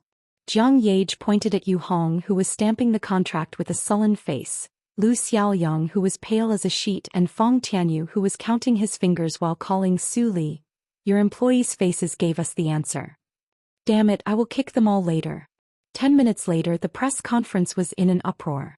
All the reporters who had rushed to the conference had their eyes wide open. The male lead of women was really Qin Guang. Director Deng's reputation was going to be ruined. Everyone hurriedly lowered their heads and prepared to rush the draft. Damn big news. In addition, after careful consideration and discussion, we have decided to change the investors of women. The final result is that Tianguang Agency will hold 60% of the shares, Huan Entertainment will hold 30%, and Qianda Film and Television will hold 10%. Big Beard Deng held the newly signed contracts of the three families in his hand and read them out loud. Well, it was not enough to describe the situation in the press conference as an uproar. The recording pens in the reporters' hands even fell to the ground. They dug their ears, thinking that there was something wrong with their hearing. Qin Guang took over the microphone and adjusted his straw hat before chuckling. "Everyone, please don't doubt it. Yes, you didn't hear wrongly. My Tianguang management has decided to invest in women. Please look forward to it. We will definitely bring you a perfect work." Damn it, are you stupid? Brother all-rounder, do you have to make such a big bet? Do you not care about money? Do you want to lose like this? Big Beard Deng and the others looked at his confident look and did not even have the mood to smile bitterly. Someone send a few cows to drag him back. "Mr. Qin, may I ask why you are so confident that you can act as the male lead of this movie?" "Hello, almighty Superman. I am your fan, but don't you think your decision is too hasty?" After all, Director Deng, we all know that you are a director who pursues excellence. You finally decided to let Qin Guang be the male lead. Is it because he has invested in this movie? Aren't you afraid that it will be a bad movie? So, the domestic film market is so impetuous now? Even a famous director like Director Deng will let an investor who can't act at all be the male lead? After a short silence, the reporters in the press conference were in an uproar. Qin Guang looked at the people in the press conference, closed his eyes slightly and controlled his emotions. To be honest, he really wanted to tell everyone that they were questioning the world's best actor. But he held it in because no one would believe him just by saying it. They would only think that he was a fool. Silence. Everyone silence. All of your problems can be left to time. Qin Guang waved his hand and announced the end of the conference. It turned out that it was not just the people in the press conference who did not have high hopes for him. Perhaps, except for Qin Guang himself, everyone in the country who knew about this had the same thought when they heard that Tianguang Agency had squeezed out 60% of Qianda Entertainment's investment. Brother All-Rounder had become arrogant. Brother All-Rounder had gone crazy. Brother All-Rounder had taken the wrong medicine. Brother All-Rounder's ability to squander was as good as his gaming ability. Chapter 676. The press conference in the morning ended in a hubbub. Many of the other filmmakers showed up one after another. Then a group of people sat down and talked for a while about their expectations for the movie. By 11 o'clock in the morning, most of the people had left. Ren Chong and Zhao Yueling ran especially fast. On one hand, they had other jobs to catch up on, and on the other hand, they were forced to stay for Qin Guang's big news. In their eyes, no matter who invested, it would not change the final outcome of the film. Jiang Yage and Jin Shuiwei were actually busier than Ren Chong and Zhao Yueling. It was just that the two women had been sacrificing their own time for Qin Guang's time. Now that the matter was settled, the two had to fly back to London in the afternoon to record songs. The recording of the new album had just begun, and the company in London had already complained a lot about stopping for 2 days. No matter how noisy it was on the internet, since things had been settled, they had to do it well. Qin Guang was too lazy to care about the rumors on the internet. No matter what they said, it would be more useful to shoot a set of trailer scenes. In a sense, other people's doubts about him were not wrong. They were not slandering him for no reason. What they said was well-founded and reasonable. Big Beard Deng still had a casting meeting in the afternoon, which was held at the Chinese Academy of Drama. Qin Guang had nothing to do, so he followed Big Beard Deng to watch the fun. The poor assistant Yang Shi was thrown to Qin Guang by Big Beard Deng again. His task was to become Qin Guang's shadow. To put it nicely, he was to explain the new script to Qin Guang, but in fact, it was just to give him special training before the movie officially started. Acting depended 70% on talent and 30% on hard work. It seemed profound, but in fact there was a systematic training method. Ordinary people would not know where to start and would only feel that it was like a cow eating a pumpkin. But in fact, domestic film and television colleges had their own set of methods. A first-line director like Big Beard Deng had a unique way of training actors. Big Beard Deng thought that since things had already turned out this way, he would save as many people as he could. Let's practice his acting skills first. If it really doesn't work, I'll just change the script and change Qin Guang's male lead into a man with facial paralysis. If he doesn't have acting skills and doesn't know how to make expressions, then he'll have facial paralysis the entire time, right? Sigh, uncle, I've been scolded like a fool since yesterday. Why does everyone insist that I can't do it? A man can't say no.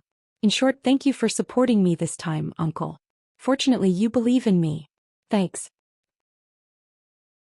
Walking side by side with Deng Xiaozheng on the campus of the Chinese Opera, which was in a sense the holy land for boys, Qin Guang said excitedly, "No matter how the world looks down on me, I'm lucky that uncle believes in me." Qin Guang was still touched. Even Jiang Yage and Jin Shuiwei don't believe in me.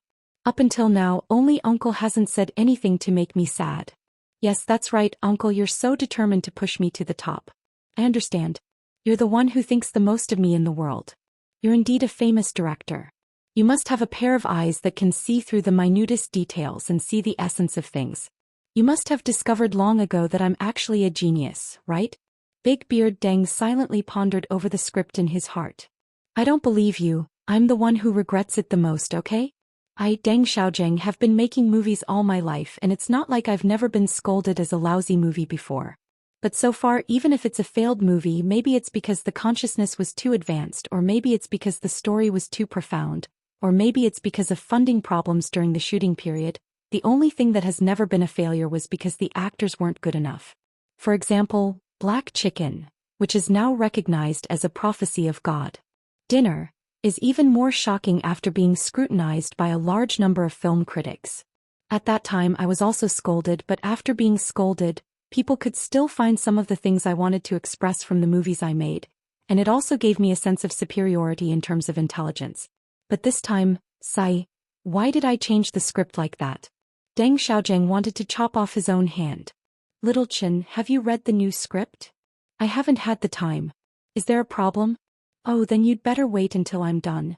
I want to make another change. I should make your character look colder.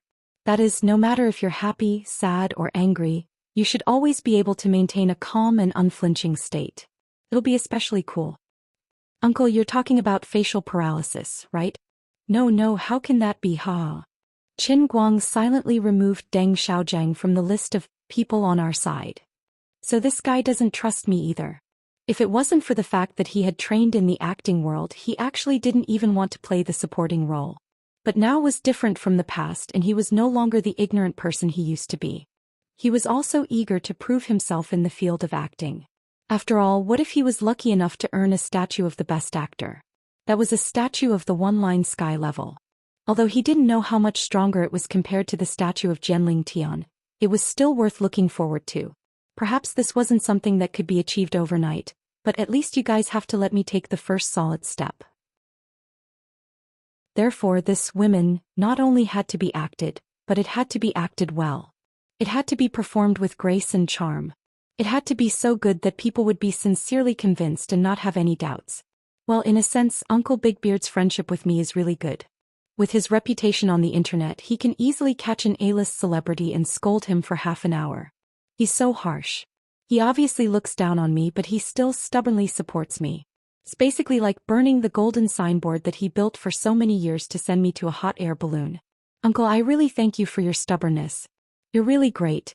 No, I won't play the role of facial paralysis. I won't do it even if you beat me to death. Although Big Beard understood Qin Guang's feelings, Qin Guang was aiming for the best actor throne. So how could he become paralyzed before he could even become an emperor? If that happened, it wouldn't be easy for him to make a comeback in the entertainment industry. Hence he couldn't agree to it. Seeing that Big Beard Deng still wanted to persuade him, Qin Guang said again, "Actually, uncle, how can I not see which version of the script you're most satisfied with? You don't want to film a half-baked character that you're not satisfied with, right? Why don't you try? Have some confidence." AI. Big Beard Deng sighed. He thought to himself, forget it. When the time comes, the boat will cross the bridge.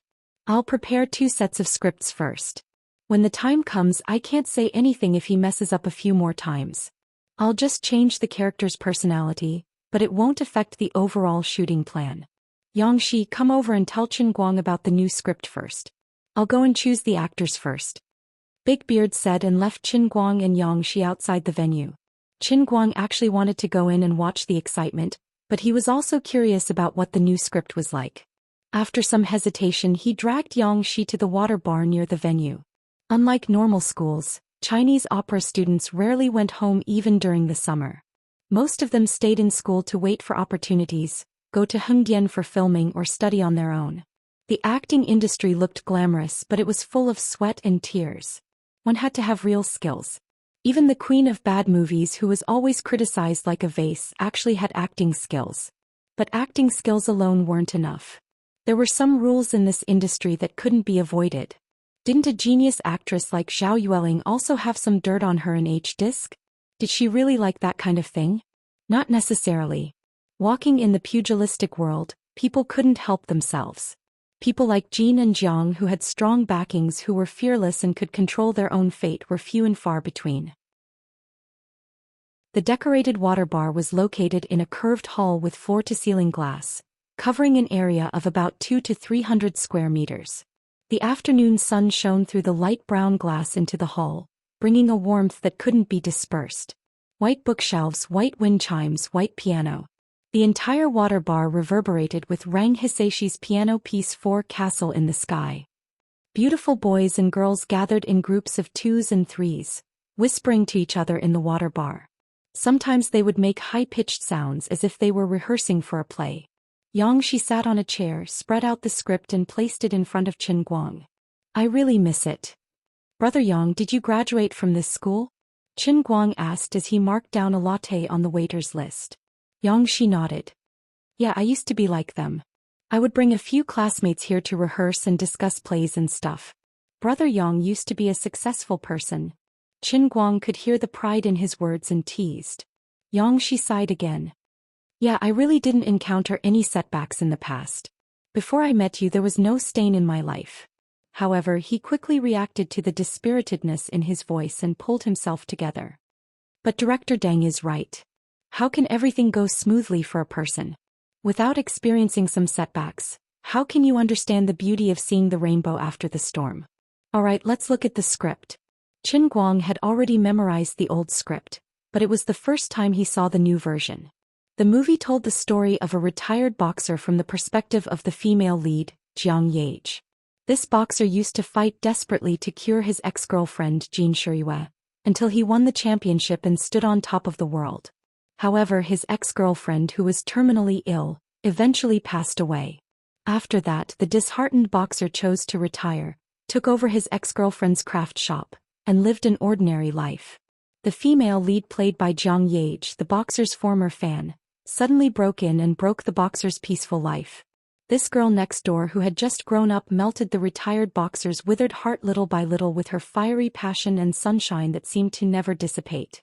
Through a series of events that made people not know whether to laugh or cry, the retired boxer went from being extremely resistant to this little fan at first to slowly accepting her.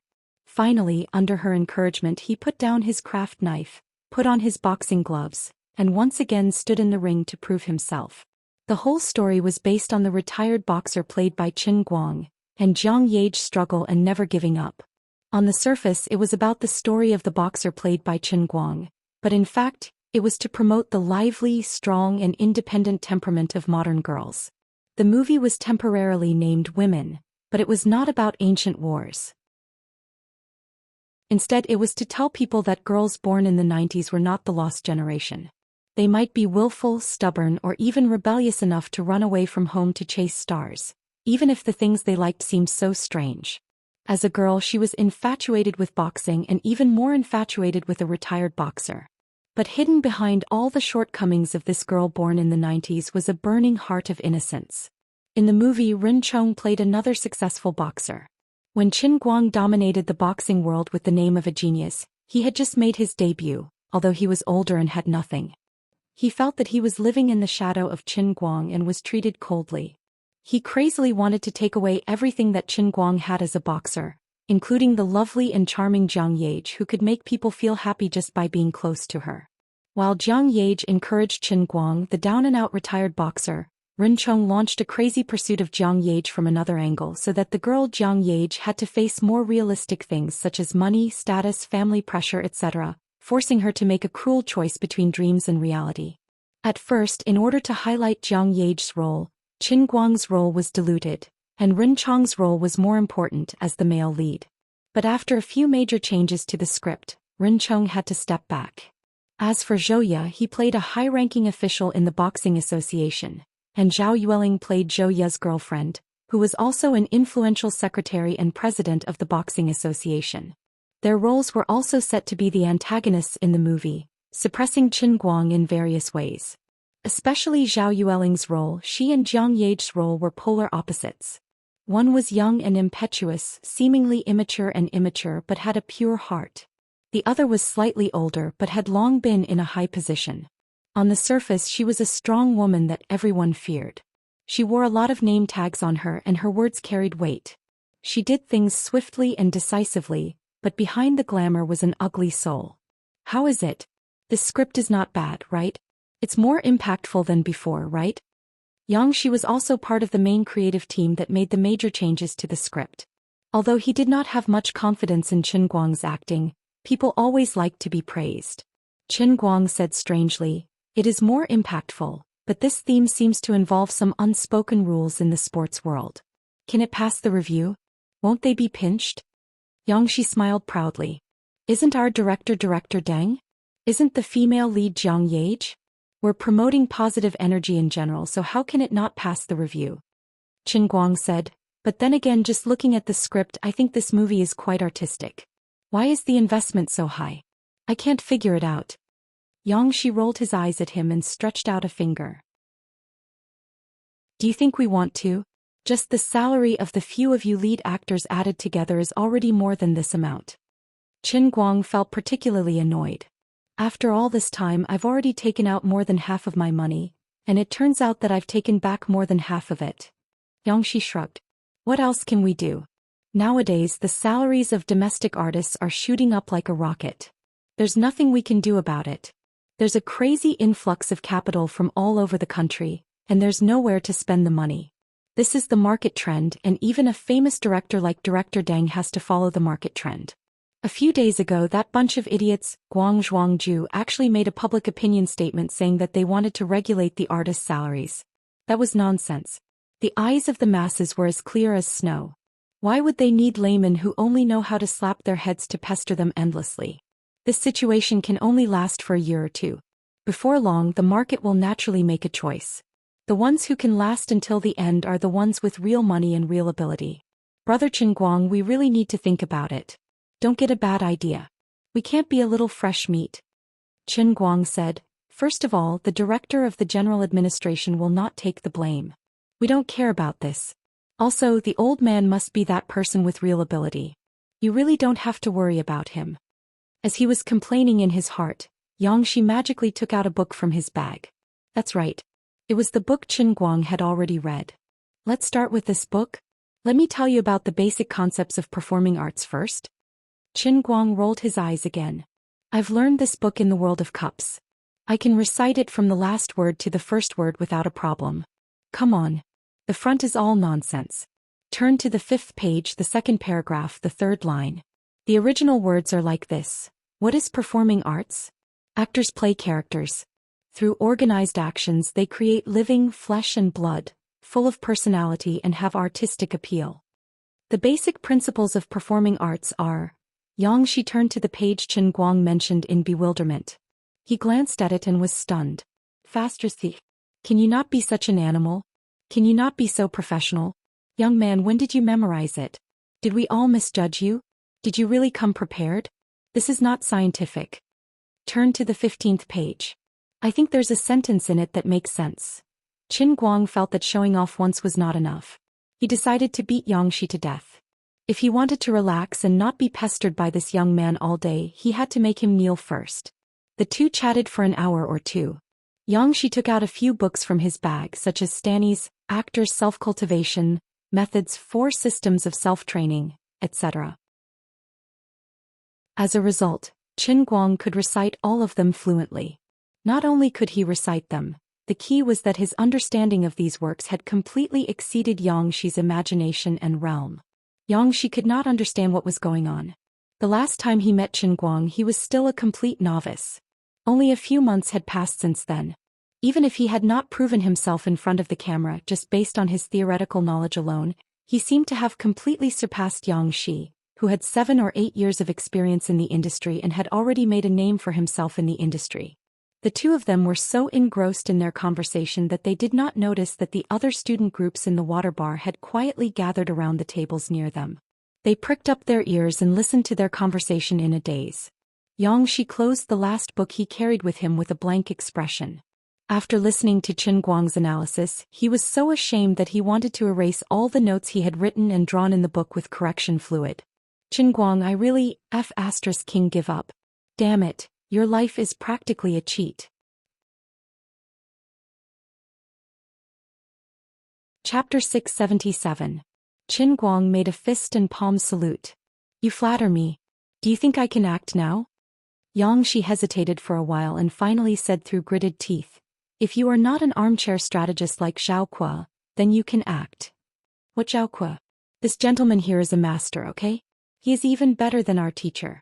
The group of students had been eavesdropping for a long time. A girl could not help but loudly refute for Chen Guang. Even Chen Guang was startled. When he turned his head, a fragrance assaulted his nostrils. Holy shit. When did this girl sit beside him? He touched his face. Did I become more handsome recently? All the girls in my vicinity will be attracted to me involuntarily? Hey, isn't that Senior Xianxia? Someone finally recognized Xianxia. As an outstanding graduate of Chinese opera, Xianxia was quite famous in the school. I heard that Senior Xianxia is in the crew of women. So this is Bro Pantheon. Oh my god. Chen Guang. I am your fan. Bro Pantheon, I just scolded you on the internet yesterday. I regret it. I didn't expect Bro Pantheon to be so awesome. Bro Pantheon, can I have your autograph? Me too. Well, being famous also had its disadvantages. It was easy to be seen through. Feeling the crowd around him, especially the beautiful figures of the Chinese opera female students, Chen Guang looked calm, but his heart was as sweet as honey. I want to be famous so much. Isn't this the moment I am looking forward to? Don't push. Everyone don't push. Your breasts are making it hard for me to breathe. Everyone don't touch me. Little girl, be more reserved. Don't touch my butt. Don't. Don't. Let me tell you, if you put your hand under my crotch again once the old man's power is triggered, you will break your bones. Being famous had its advantages and disadvantages. The advantage was that there was always an endless number of advantages to be taken advantage of in a crowd like this. The disadvantage was that even though he was feeling extremely good, he still had to maintain the appearance of a gentleman on the surface. Pain and happiness. After a long time, Qin Guang and Xianxia finally escaped from the water bar in a panic. The casting call for Big Beard was still going on, but Xianxi's mood was no longer the same as before. He was looking forward to seeing Qin Guang fight in front of the camera as soon as possible. If his actual combat level was even 1/10 of his theoretical knowledge, then it would be enough to support this movie. By that time he would probably be able to become the assistant who was the best at training actors in the history of the film industry. At this time Qin Guang received another call. Yu Hong and the others had finally settled the matter of going to Central TV. Qin Guang hung up the phone and smiled proudly at Xianxia. I have some good news. Tomorrow I will go to Central TV to record a program at the Guinness Conference. I want to show the world who is the best sharpener in the world. Isn't there a scene in the movie about a handicraft shop? Uncle Big Beard is really amazing. This script is actually tailor-made for me, right? In a sense he was not wrong.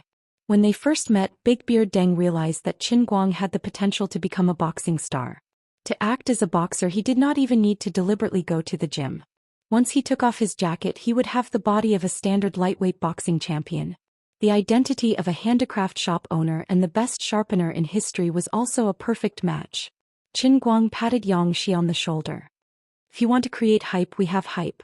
If you want to act, we have acting skills. Follow me well. I will bring you guys along to show off and fly. Xianxia was shocked by this master's confidence. Later that night the two went their separate ways. Qin Guang had a meeting with the 4 mid-level executives of Tianguang Agency early in the morning to discuss tomorrow's Guinness Conference recording. On the other hand, Xianxia was gesticulating in front of Big Beard Deng about what happened today. Unfortunately, Big Beard did not believe him. But when he heard that Qin Guang had decided to cooperate with the production team and decided to pay for CCTV, Big Beard was very touched. He was most afraid that this young man did not know his place and only wanted to act well. Now it seemed that he was very self-aware. He knew that the East is not bright, the West is bright. We can save our acting skills for now. But if we can create hype, we can at least guarantee the box office. Thinking about it, Big Beard felt sorry for himself. I used to be so strict. People said that when I did something, it was either I don't do it or I do it. Now that things have come to this, am I finally going to walk the same path as other directors? Now I can only rely on hype to increase the box office. Is it the distortion of human nature or the abnormality of the market? Alright, stop lamenting. That's it. Xianxia, you should go and follow him.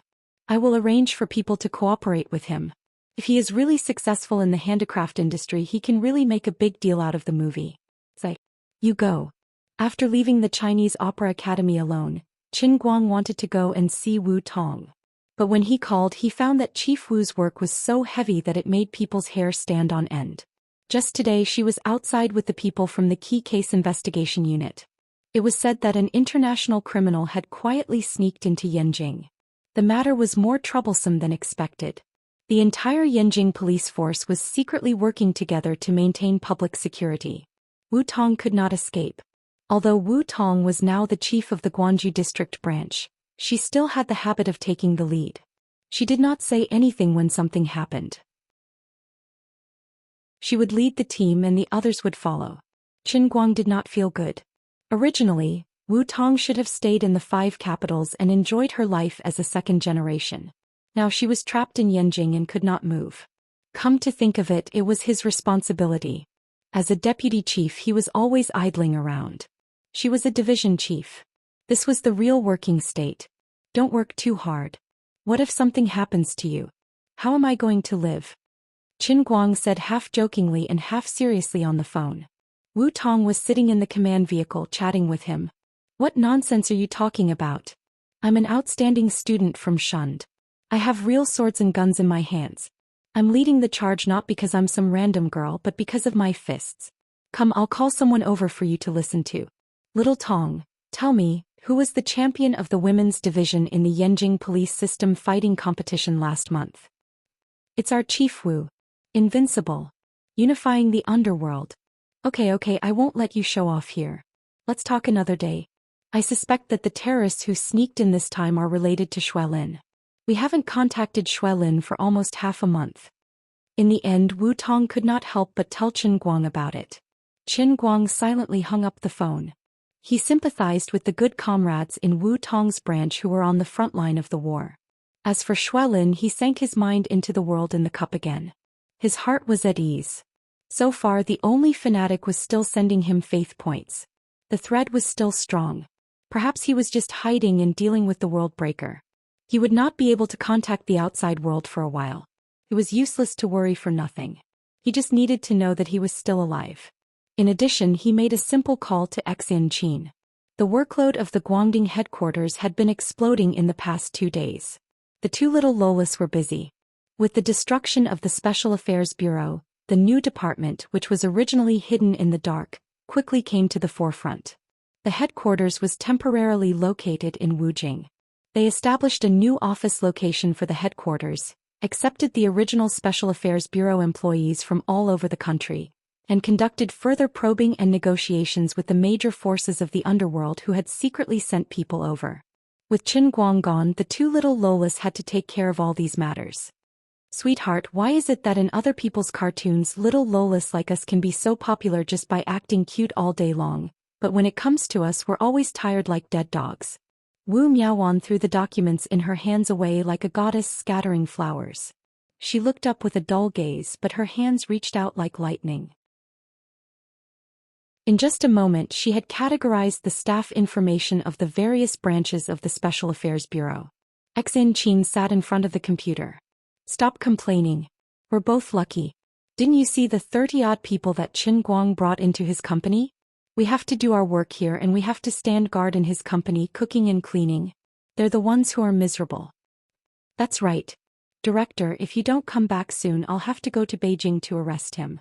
He's using the excuse of participating in the military exercise and never coming back. He's trying to shirk his responsibility. Xianxia swung her hand and was so angry that she wanted to smash the mouse. Wu Miaowan comforted her. You can't think that way. After all, his current task is to stabilize the Wen family. Don't mention Wen. Xianxia was really angry. Wu Miaowan turned to look at her childhood friend and laughed. You're jealous. You like our director. Like how I like him. Xianxia would never admit to such a thing. Do we really need to treat them to a meal? Qin Guang asked Lu Xiaoyang, who was sitting next to him, sitting in the private room of Yan Yushan restaurant. He was not very happy about this kind of social interaction. Buttface, you can just accompany the guest. Why do you have to drag me here? However, this time they had suddenly jumped the queue to appear on the program. Today they had settled the deal and tomorrow they would have to record the program. Moreover, they had to be the first one to jump the queue, which could be considered as owing a favor to the relevant leaders of the central television. However, the other party had specifically mentioned that they wanted to have a meal with him. Anyway, Qin Guang had nothing to do today so he came here to sit. However, they had agreed to meet at 6:30, and now it was almost 7 o'clock but no one had come. This made Qin Guang very unhappy, and it reminded him of a familiar feeling. Yes, that's right, it was the unpleasant experience of treating President Ma of the 5 capital cities with Zhu Xian. He didn't even want to complain about himself. Was the old man going to fall into the vicious cycle of being pretentious and slapping himself while eating? He took out his phone silently. If that's the case, who can I summon to be my pretentious baby? Xiao Linzi? Save it. Only a few people really knew Xiao Linzi's identity. If the other party could recognize Xiao Linzi, he must be a tough guy. Brother Xiaobai? He should be able to take on a fight and he would definitely be able to hold the fort, but I have a mental barrier. As for the others, I really can't find any reliable choices. Thinking about it carefully, it was because I don't have enough face. If I really had the same status as Brother Xiaobai, who would dare to ask me to entertain people?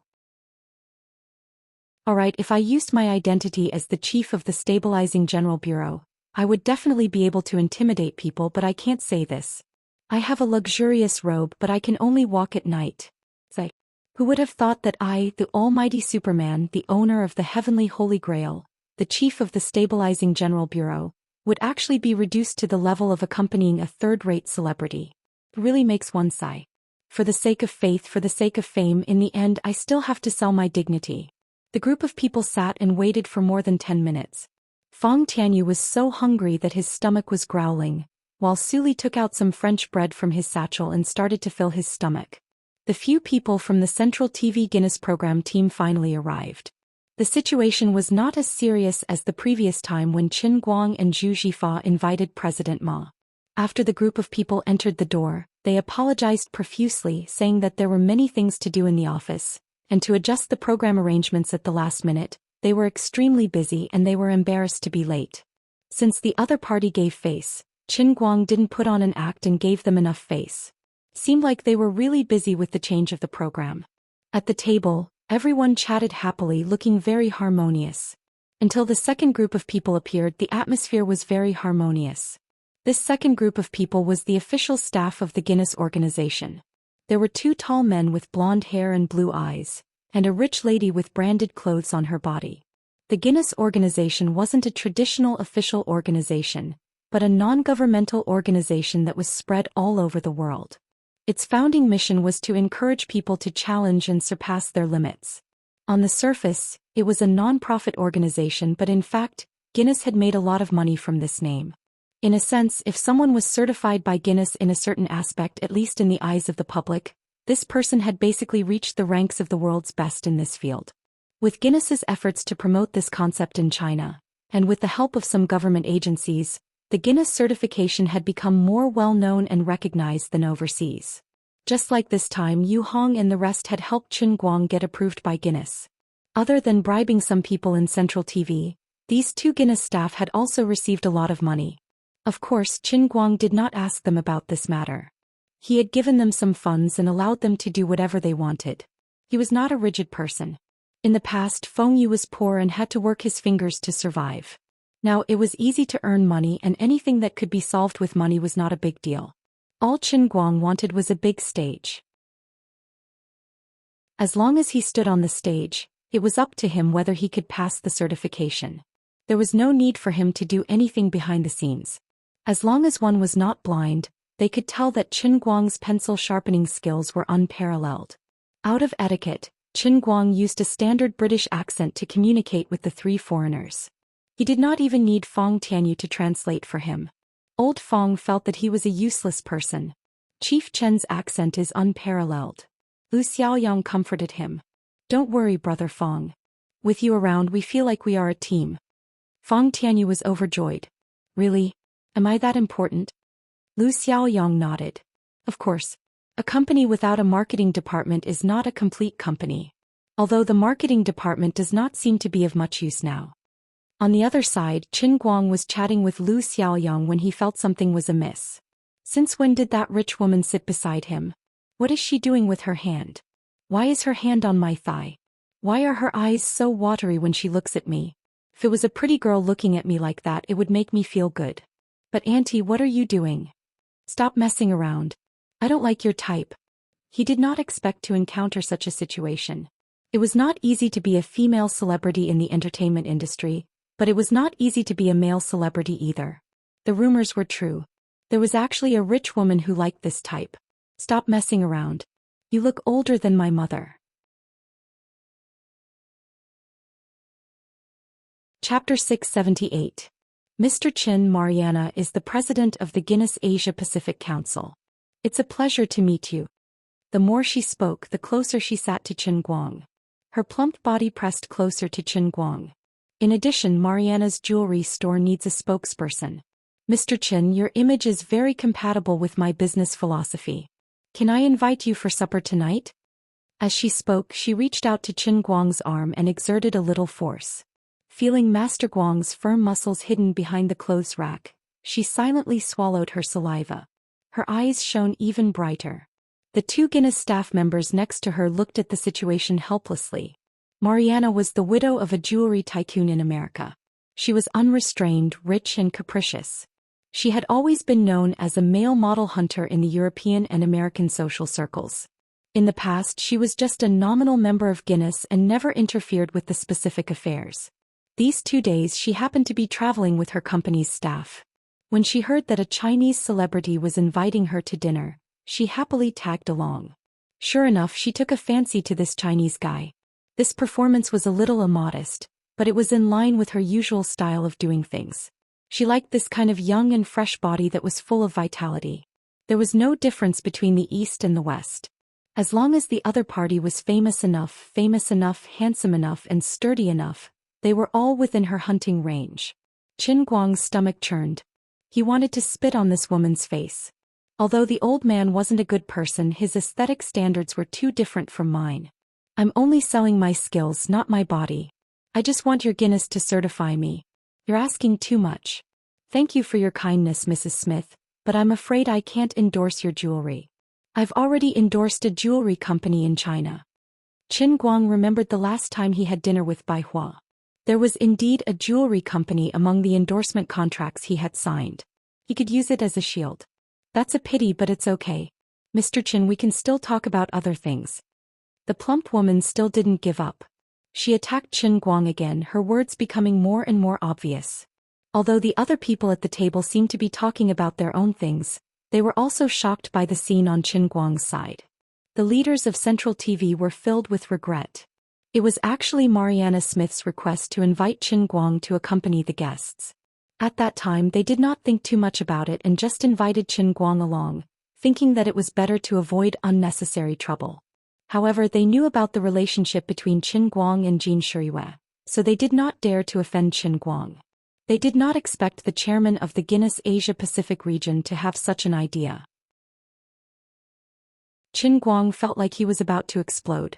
If it was his old temper, he would have punched her in the face. If you were a hot blonde beauty with big wavy hair and blue eyes, it's not that we can't have a good conversation, but I really can't take your bite. He silently raised his hand and blocked the noblewoman's hands. Then he stood up with a cold expression and apologized. Everyone, I'm sorry.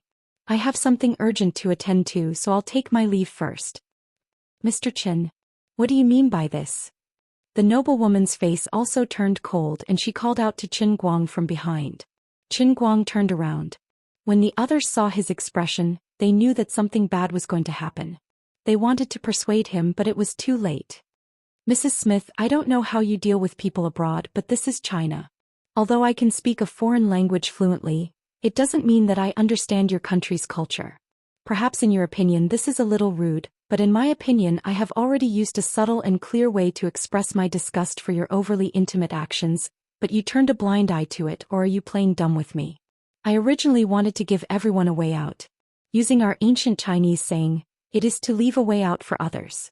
But if you insist on asking me what I mean, then I will tell you clearly that I don't care who you are, nor do I care what jewelry company you have. I am already very rich, understand? After saying this long string of words, Qin Guang pushed the door open and prepared to leave. Mrs. Smith suddenly stood up. You have to know that I have a veto on the Guinness certification. Qin Guang almost laughed out loud, but he shrugged. Whether I have your certification or not is not as important to me as you think. The audience in front of the TV has their own judgment, and it won't matter if you give me a stamp or not. Also, I also want to know how you are going to give me a veto. Why don't we meet at the recording tomorrow? You can use whatever tricks you have. I don't mind. This time Qin Guang really left, leaving everyone at the table looking at each other. The leaders of Central TV's program team did not expect this meal to end on such a sour note. They were actually in a difficult position, stuck in the middle. They did not want to offend Qin Guang, but the Guinness organization had been working with them for many years and they knew each other very well. It was a happy cooperation to get rich together, so it was not good for them to be biased. Mrs. Smith threw a cold look at Qin Guang and left with a gloomy face, leaving the other 2 Guinness employees to clean up the mess. Mr. Yu, this time your boss. One of the Guinness employees said hesitantly. Although Yu Hong felt that Qin Guang's reaction was a little too extreme, he was the boss. Since the boss had made the decision, the employees had to clean up the mess, but they could not go against the boss's wishes. They had to do things according to the boss's tone. Yu Hong smiled bitterly and said, Mrs. Smith's previous behavior did cross the line a little, so I hope Mr. Powell can help mediate. There are some differences in our culture, but it doesn't matter. As the old Chinese saying goes, no discord, no concord. We should seek common ground while reserving our differences. Powell continued to shake his head. Mr. Yu, you don't understand. Mrs. Smith also has a lot of say in the entire association. Besides, she brought her employees to China for a vacation. Her employees? Fong Tianyu, who was next to him, became interested. The masters of Smith jewelry? Powell nodded. Yes. In fact, we have held competitions similar to Mr. Chen's performance in Europe and America before. At that time, the champions or the top few were all hired by Mrs. Smith. In a sense, Smith Jewelry may not be the largest and most high-end jewelry company in the world, but their top technicians are indeed a group of people with the most dexterous hands in the world. We may not be able to stop Mrs. Smith from activating the challenge mode tomorrow. The so-called challenge mode was rarely used in the entire Guinness certification system. Usually, the certification was only compared to the past records. After all, it was very difficult to gather all the people around the world who were particularly good in a certain field to participate in a small certification. Or some people chose to challenge very unconventional events, such as blowing up 100 balloons in a minute. As long as they completed that, they would basically meet the certification standards. To activate the challenge mode, it usually took a long time to prepare, build momentum in advance, arrange the contestants, and go through a series of complicated preparations to gather the world record holder and the challenger together. Or it was to gather other contestants who had already achieved enough in the field to challenge the new record together. The contestants could not be the kind that could be found on the street. At the very least, they had to have achieved enough certification and reputation in the field. For example, several of the top employees of Smith Jewelry Company were highly respected craftsmen in Europe and the United States. Each of them had more or less a different world record. Everyone was suddenly speechless. They could not help but worry about Qin Guang's fate the next day. If Mrs. Smith really did that, things would be really troublesome. Qin Guang's previous videos could indeed prove that he was very good in a sense, but who could guarantee that he would be able to win in the end under the attack of Smith Jewelry Company's employees? After all, they were people who had really proven themselves in the world competition, and more than one of them. Apart from that, the authenticity of Qin Guang's videos had yet to be verified. After all, no one present had actually seen him perform in person. In their original plan, Qin Guang's matter was at most a commercial hype. As for Qin Guang's real ability, they really did not have much hope. After all, what Qin Guang wanted to challenge was to sharpen the most Eiffel Tower pencil nibs in the shortest amount of time. There were no competitors. It was enough for him to show a level that was difficult for ordinary people to reach. He did not really have to surpass them. When he performed, he would add some sound effects, some rendering, some special effects, and then with a bang he would make it seem like something that was not very impressive. After all, who would have nothing better to do with pencils? No one really expected a new generation of celebrities like Qin Guang to put much effort into sharpening pencils. He would not be so bored, right? It was supposed to be a very simple and happy matter. But now that he had offended Mrs. Smith, things had become troublesome. Yu Hong's employees had personally helped Qin Guang write the bleach essay during the battle of wits and courage between Qin Guang and 8 Weekly. They had also seen some technical analysis, so they had more confidence in Qin Guang than the average person. But they still felt that things were quite troublesome. Mr. Qin was busy all day. He was good at this in the past, but now that he had not played for a long time, his skills had returned. What if he did not perform well tomorrow? Or Mrs. Smith's employees performed better than usual? There were more uncertain factors. What if they really sniped Mr. Qin? Thinking of how overbearing Qin Guang was when he left, Yu Hong and the others had a headache. You can show off for a while, but us employees have a headache when we have to clean up after you. The matter was not completed and the initial investment was wasted. Mr. Powell, is there really nothing we can do about Mrs. Smith? Fong Tianyu wanted to light his cigarette again. He was very depressed. Powell shook his head. Although we don't want to admit it, Mrs. Smith is famous for her eccentric personality in the industry. Of course, she is also a billion-dollar tycoon, so she has the right to be willful. Unless you can convince Mr. Qin to lower his head and communicate with Mrs. Smith. Oh no. No. This is impossible. Absolutely impossible. Not to mention Yu Hong and Fong Tianyu's employees. Even the leaders of the central TV program team were shaking their heads like a rattle drum. Impossible, this is absolutely impossible. First of all, Qin Guang could not possibly have any interest in Marianne Smith. Second, introducing Jean Shiyue's boyfriend to a foreign lady was something that these so-called leaders of Central TV felt their scalps go numb just thinking about it. We can't take the blame for this. If we had known that your chairman was planning this, we would not have brought this meal today. Then there's nothing we can do about Mrs. Smith. She is the chairman. Everyone get ready to accept the challenge tomorrow. I hope Mr. Qin can win with as much vigor as he did just now. If there is any dispute, I think Mrs. Smith will find a chance to use her veto power as the chairman. Powell looked like a gentleman, but in fact they had lost face today. In the end he could not hide his displeasure and left after saying a few words. After Powell left, the Central TV program team explained to Yu Hong and the rest. We didn't expect this either. Say, who knows? The old widow has been dry for a long time, so her taste is weird. Although our Xiao Chen is not very tall, he is a little handsome. Men who are too handsome are also a disaster. Lu Xiaoyang commented. Qin Guang returned to the hotel alone. He did not care much about the incident just now. He had forgotten about it after the disgust. In the past he had always been proud that he was not ugly, but now it seemed that being handsome was also a sin. God had punished him for his sin. I admit to this sin. What do you think that fat woman is going to do? She even brought a master to snipe me? In the hotel, Qin Guang chatted with the four of them without looking back. At the same time he casually achieved a pentakill on the computer. He had not done it for a long time, so he had to take care of Xiao Tsong's mood. The number of viewers in the live broadcast room wasn't as high as when he hosted the Throne Challenge, but it was still maintained at more than 2 million viewers. For an extremely unprofessional online live streamer who didn't care about his work, having more than 2 million viewers was already considered a phenomenal number. When Qin Guang was talking, he did not turn off the microphone. He did not deliberately avoid anyone. Lu Xiaoyang sighed. It's like this. We offended someone. An excellent employee would never say that the boss was in the wrong, even if he knew that the boss had made a mistake. He would take the blame first. The word "we" had a very rich connotation. Feng Tianyu sorted out a document from behind him and put it in Qin Guang's hand. He said, Xiao Chen, this is the information on several top masters of Smith jewelry. They are really good and they have been immersed in handicrafts for many years. They are internationally renowned.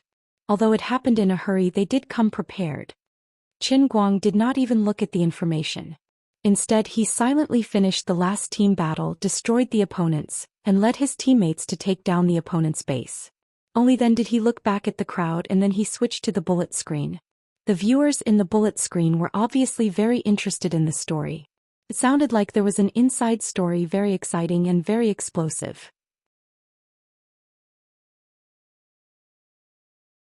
Chapter 679. Who's so arrogant as to snipe Brother Almighty? Smith Jewelry? What's that for? I heard from my cousin who's studying abroad that it's a very famous old jewelry company. It's very large and famous for its handmade jewelry. Really? Why would they want to make things difficult for Brother Almighty? Snipe what? Don't you know? Haven't you seen Brother Almighty's Weibo? He's going to the Guinness conference tomorrow. Compete in what? Dota? Who dares to compete with him? No, it's sharpening pencils. F***ck. This is so F***king boring.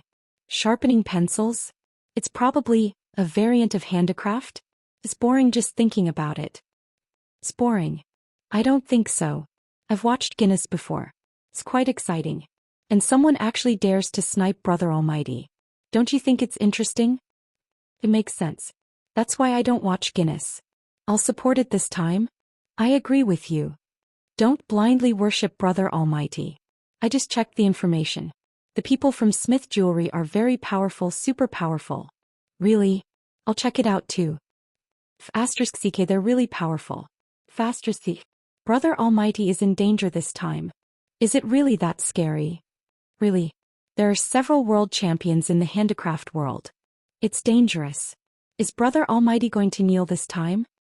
Kneel your sister. Brother Almighty will kneel? Have you forgotten the painful lessons of those people before? Have you forgotten everyone who thought he would kneel? Those who wanted to livestream themselves eating 10 kilograms of sh*t, streaking naked, whatever they didn't they all kneel in the end? There's still some truth to it. Alright, let's wait for the show. Brother Almighty is invincible. Overlord of spring and autumn. Unify the world. Invincible in the universe. Dominate the outland. For the Lich King. Gradually, the comments started to harmonize with one side supporting Qin Guang. After all, most of those watching the stream were Qin Guang's fans. As for the haters and haters, under the dual attacks of the extremely diligent moderators and super administrators, these people all lived on a long list of banned people. They would kill anyone they saw and their IPs would be permanently blocked without batting an eye. Qin Guang's livestream was also known as the Tomb of the Rhythm Dog. No other livestream had ever been as diligent as the Rhythm Dog. Even the Rhythm team who were paid by him did not accept his work. Damn, he was too diligent. The cost of registering a new account was too high. After all, his real audience was already enough to keep the bullet screen exploding for a long time. He really did not need a Rhythm Dog to increase his popularity. Now he simply set the bullet screen to only LV5 and above audience members, but it was still useless. The bullet screen was still filled with snowflakes. There was even a legend circulating on Bamboo platform. Those who were qualified to post colorful bullet screens in the live broadcast room of Almighty Superman were the real tycoons. They were diehard fans who had given gifts of more than 5,000 yuan. After the bullet comments were in sync, Qin Guang pointed at the screen and turned to look at the four of them. Did you see that? I have so many fans supporting me. They trust me so much. How can I lose? I can't afford to lose, even for the more than 2 million fans in the livestream room. So, no matter what that fat bitch is going to do or what kind of challenge mode it is, it doesn't matter. I don't care because I must win. And I must win. Although they knew he was talking nonsense and the blessing of fans' spiritual strength only existed in hot-blooded comics, the fans in the livestream room were still very happy. They started to send gifts crazily again. It was even more ferocious than when he used the Rampage pentakill. Yu Hong and the other three had no choice. The boss was acting tough. What could the employees do? They had to bow down and worship him. Yes, that's right. President Qin has never lost. It's the same this time. I don't care what kind of fighters the fat bitch has called. Buttface reacted the fastest. As a pioneer paparazzi who had been with Zhou Wei for so many years, he was really good at flattering people. Fong Tianyu said weakly, but the masters of Smith are really... Before he could finish his words, Lu Xiaoyang poked his waist fiercely. He immediately changed his words. President Qin is invincible. Yu Hong and Su Li couldn't stand this group of people anymore. They ran out of the livestream room and disappeared from the livestream room as soon as possible. After comforting his employees, Qin Guang asked them to leave. Then he sat back in front of the computer and started another round of one-on-one games. He snapped his fingers calmly at the camera. Brothers and sisters, did you hear that? Tomorrow I will participate in the recording of the so-called Guinness show. It will be broadcasted in a few days. I want to give you a warning in advance. Well, I hope you can support me in front of the TV and help me promote the show. I don't know much about Smith's jewelry and I don't want to know much about them. I don't know how powerful their people are. But I can promise you that no matter who they send, I will win without any shame, okay? I heard that the audience rating of the Guinness show is less than 1%. Let's make a plan. If you can help me promote the show, the audience rating can reach 3%. That will be about 9 million people. I will draw 1,000 yuan cash prizes on Weibo. How about that? To Qin Guang, money wasn't as important as faith points. In order to promote the Guinness conference, he had spared no effort. The more people watch the show, even those who are not interested in sharpening pencils, as long as they are convinced by his godly skills, they will be able to provide faith points. If 1 million yuan can help him reach the peak of sharpening pencils, it will be worth it. Although the internet celebrity economy is booming, and the net worth of internet celebrities is rising, Qin Guang is the only one who dares to take out 1 million yuan for a lucky draw. He is rich, willful, and unreasonable. For the sake of fame, the old man is willing to go all out. To be honest, although his live broadcast time was not fixed, every time he broadcast he would bring the audience a great visual enjoyment. Even if it was just a solo ladder, he could still play it to his heart's content. Today was originally just an ordinary live broadcast, but he made such a pretentious trailer, which really made the audience's hearts surge with emotions. I don't know why, but we just like your arrogant and condescending attitude, yet others can't do anything about it. Just because of your face we can't help but want to give you a gift. Halfway through the game the promotion for women came up again. Qin Guang is going to play the role of a retired boxer who runs a handicraft shop. In the movie he will not use a stunt double. He will do it himself, trying to make the movie as realistic as possible. Putting aside his acting skills, Qin Guang is so focused. He trained hard for the movie and now he is going to challenge the Guinness World Record. It is hard to find a male lead like him. Originally, the movie Women has attracted enough attention these days. Once the promotion for the movie keeps up, the audience in the live broadcast room jumped up again out of thin air. The effect is even better when both sides work together. Xiaotsong is very proud in his heart. Other live broadcast platforms have to work hard, poach people everywhere, create all kinds of gimmicks and even take the risk of letting the female hosts in the platform sell their bodies just to attract more popularity. However, the effect is like a cup of water on a burning cart of firewood. They can't make ends meet all year round and they are all losing money doing the platform. But My Bamboo live broadcast, since it is on the list with Qin Guang, the big tree in the industry, it is going to become the best in the industry. Yes, that's right. In many people's eyes I, Chong Xiaotsong, am a loafer. My private life is also very messy. Without my dad I am nothing. Before I created the Bamboo platform I relied on my dad and his think tank to guide me in my investments. That's how I barely made any progress. Even my graduation certificate from an Ivy League school abroad was obtained by luck. I am not particularly talented in business and I am not a good person.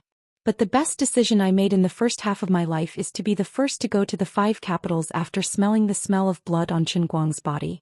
Through Zhongbai I got in touch with Qin Guang. Thinking about it, he silently clicked the mouse and bought 1,000 Manchu Han Imperial Feast for Qin Guang from his own pocket. 1 Manchu Han Imperial Feast is worth 500 yuan. When Qin Guang got off the broadcast he looked at the statistics of the gifts backstage. Well, it is really a coincidence. The other side casually promised to draw 1,000,000 yuan. In the end I only broadcast for less than 3 hours and the gifts added up to 1.01 million yuan. I have broken even in advance. Why are there so many rich people today? When he returned to the broadcast room he looked at the number 1 fan ranking for today. Well, it was actually Xiaotsong. Qin Guang silently sent a message to Xiaotsong and then went offline to pack up. As for the so-called team behind Mrs. Smith, he really did not care. He did not understand where Mrs. Smith got the courage to play this challenge mode. Poor mortal, you and your subordinates do not understand the realm of gods, okay? Do you think I am just an internet celebrity who relies on hype? Do you think I do not have real skills? The ignorant are really fearless. They must not have watched my videos properly. They have no idea what kind of existence they are challenging. Qin Guang did not guess wrong. Although his early videos had more or less a little influence abroad, the master-level employees of the jewelry company were not netizens. Most of their time was spent working and earning money, so they did not pay much attention to the hot topics on the internet. It was understandable that they did not know the power of an almighty Superman. As for Mariana Smith, although she also paid attention to celebrities and male models, most of her attention was on finding her own male idol. She really did not think that all the employees in her company would lose to a Chinese male artist. Mariana lay on the magnificent golden bed, letting the 2 male models who had been hired with a lot of money go up and down around her plump body. Her eyes were fixed on her cell phone until the live broadcast screen went black. Then she turned off the live broadcast with a gloomy face and patted the square-faced male model beside her. What did he say about me just now? Dear Mary, he just said that he is not afraid of the challenge of your company's employees. The male model did not dare to translate Qin Guang's fat woman. Unexpectedly, although Mrs. Smith did not understand Chinese, she had a deep impression of the pronunciation of the words fat woman. Subconsciously she felt that it was not something good. What is Sfibo? He said it many times. This is probably his mantra. I'll give you one last chance. Tell me what he means. Mrs. Smith's face turned cold. The male model saw that he could not hide it anymore, so he said carefully, Dear Mrs. Smith, this is an insulting word. He is saying that your body is too fat. Mrs. Smith was angry. How am I fat? I'm so slim. I can only be called plump. Because of her anger, the fat all over her body was shaking like waves. The two male models suppressed the discomfort in their hearts. Esmakan, you are indeed plump. I have never been humiliated like this. My employees will get justice for me. Mariana took out her cell phone again. I have decided to invite my friend here. A few minutes later, she hung up the phone in satisfaction. At the same time, a middle-aged man sat up from the bed with a bitter smile. He was about to pack his luggage and fly to Yenjing from Tokyo. Hiroto, where are you going? The middle-aged man named Hiroto Aoyama sighed. Mrs. Smith just called and said that she needs my help. I have to take a plane to Yenjing in half an hour. That disgusting fat woman. Don't talk about the boss of Smith's Jewelry like that. If it were not for her, I would still be a beggar performing acrobatics on the street. Hiroto, don't look at yourself like that. You have the most flexible hands in the world.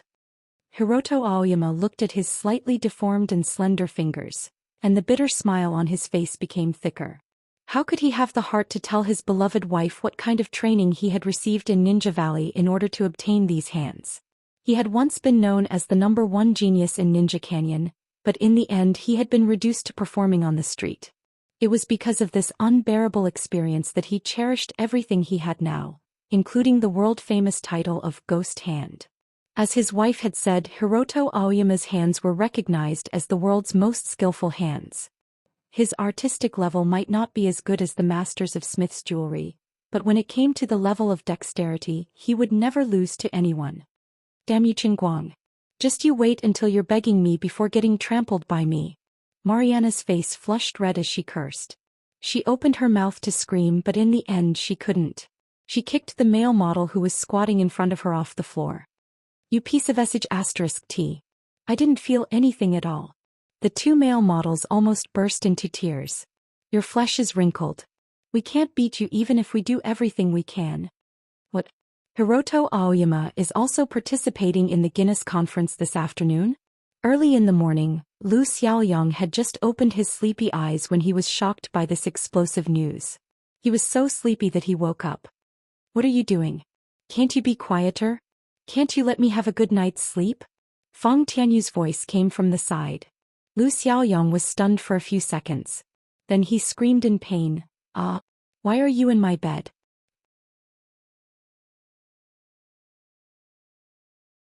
Chapter 680. Feng Tianyu was so scared that he rolled off the bed. He propped himself up and said, What are you screaming for? Didn't President Chen occupy your room last night? Did you come to my room to sleep? Oh, I see. But why didn't you wear underwear?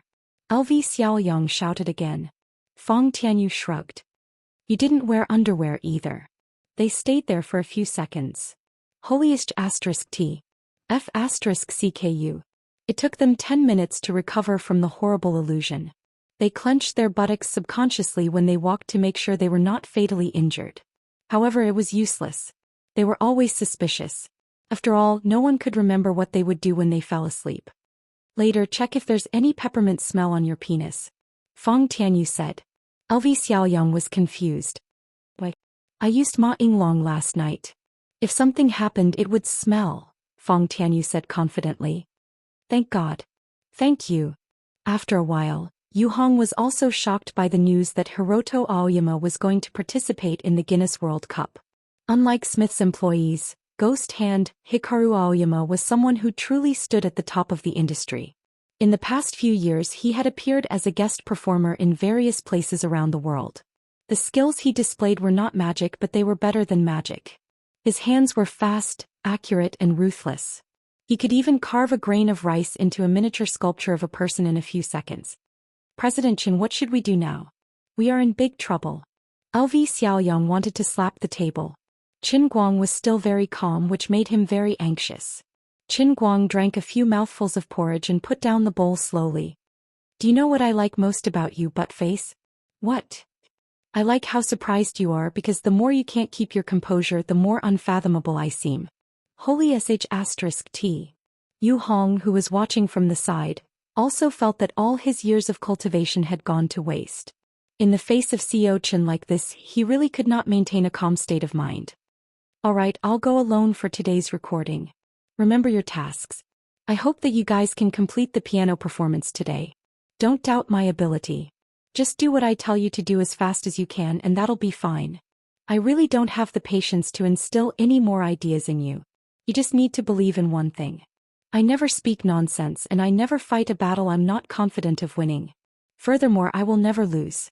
As for the rest of you, you just need to follow the guidelines I set in the beginning and do your best to complete the task I gave you.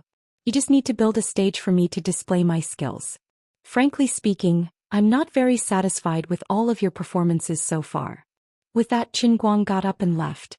He almost never spoke harshly to these company leaders, but this time he was really a little impatient. It doesn't matter if others doubt me, but since you guys want to be my employees, then you have to blindly worship me. Every time you waste questioning me, you're dragging me down. Guys, I hope you can understand my painstaking efforts. If you want to keep up with my pace, you have to abandon basic common sense and have crazy superstitions about me.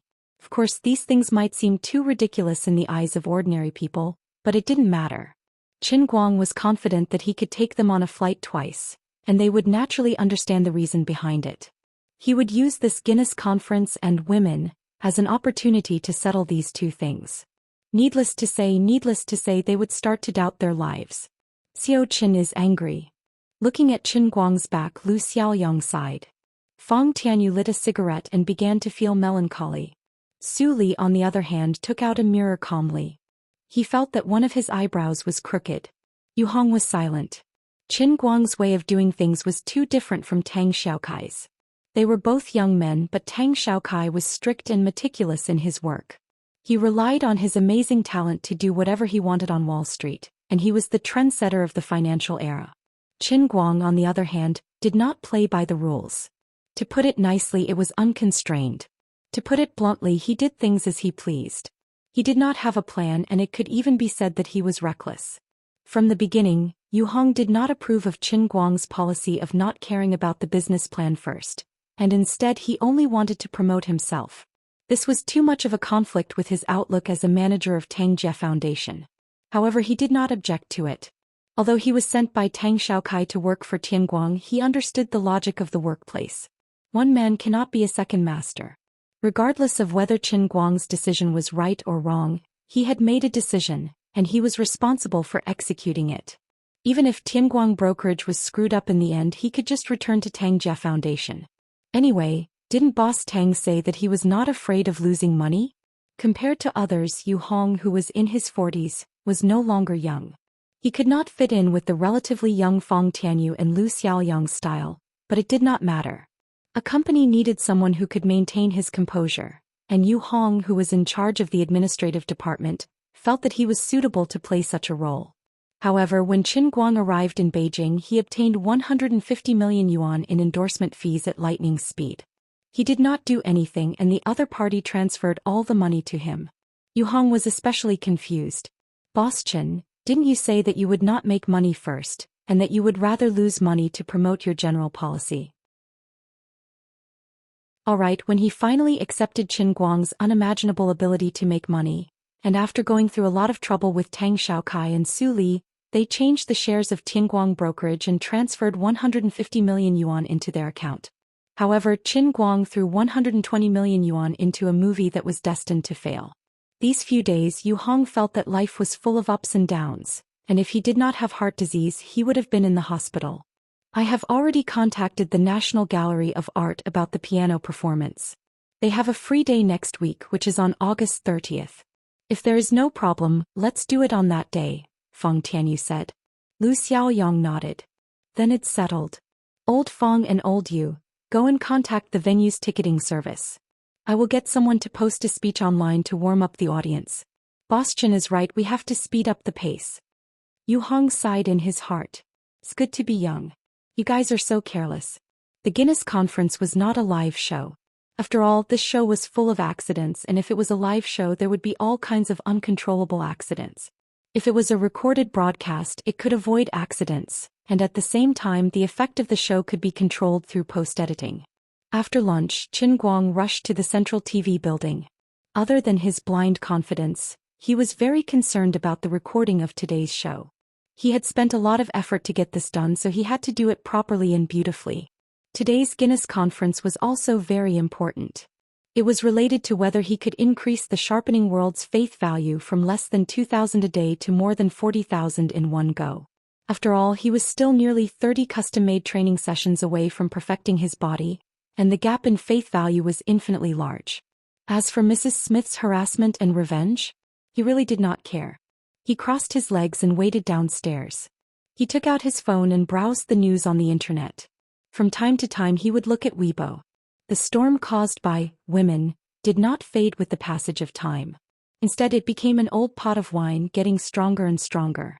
Now, not only did Chen Guang have to act, but he had also become an investor. In the eyes of some people, this news naturally meant that he had more control over the film than a normal rookie actor should have. It was a typical case of people who paid out of their own pocket to make a film to support themselves. Even Deng Xiaojiang, who had a good reputation, was dragged down and became a villain. This made Deng Xiaojiang very angry, but he could not refute it. Things had unknowingly become like this, and it was indeed a little out of Big Beard's control. He had no choice but to cover his head. He did not care about the outside world, he only wanted to focus on preparing for the film. The male lead had already given up, so he would make up for his shortcomings from another angle. If he really messed up, he could just work hard on post-editing to save as much as possible. Qin Guang had been watching these news for a long time and had been scolded so many times that he was becoming more and more numb. Anyway, no one believed what he said now. Getting angry with those online trolls over the internet would ruin his mood for no reason. If he could, Qin Guang would even want to start shooting the film today and release it tomorrow. However, this matter still had to be done according to Big Beard Deng's timetable. Preparing for a movie was not a gathering to have a meal and play cards. With just a phone call, everyone would gather and start working. Everything had to be coordinated by Big Beard. Quietly closing Weibo, Qin Guang closed his eyes for a moment and said in his heart, "No matter how turbulent the outside world is, I will not move. When the spring flowers bloom, I will go out for a walk with a donkey or a horse. People will naturally understand. Forget it. If you call the person who is scolding you to come to you now, I bet 10 kingdoms that you can strangle him alive." Liuli's voice came from the heavenly Holy Grail. "How do you know?" Qin Guang asked curiously. Liuli said angrily, "If it weren't for the Holy Grail's sturdiness, you could have crushed the cup with the cover."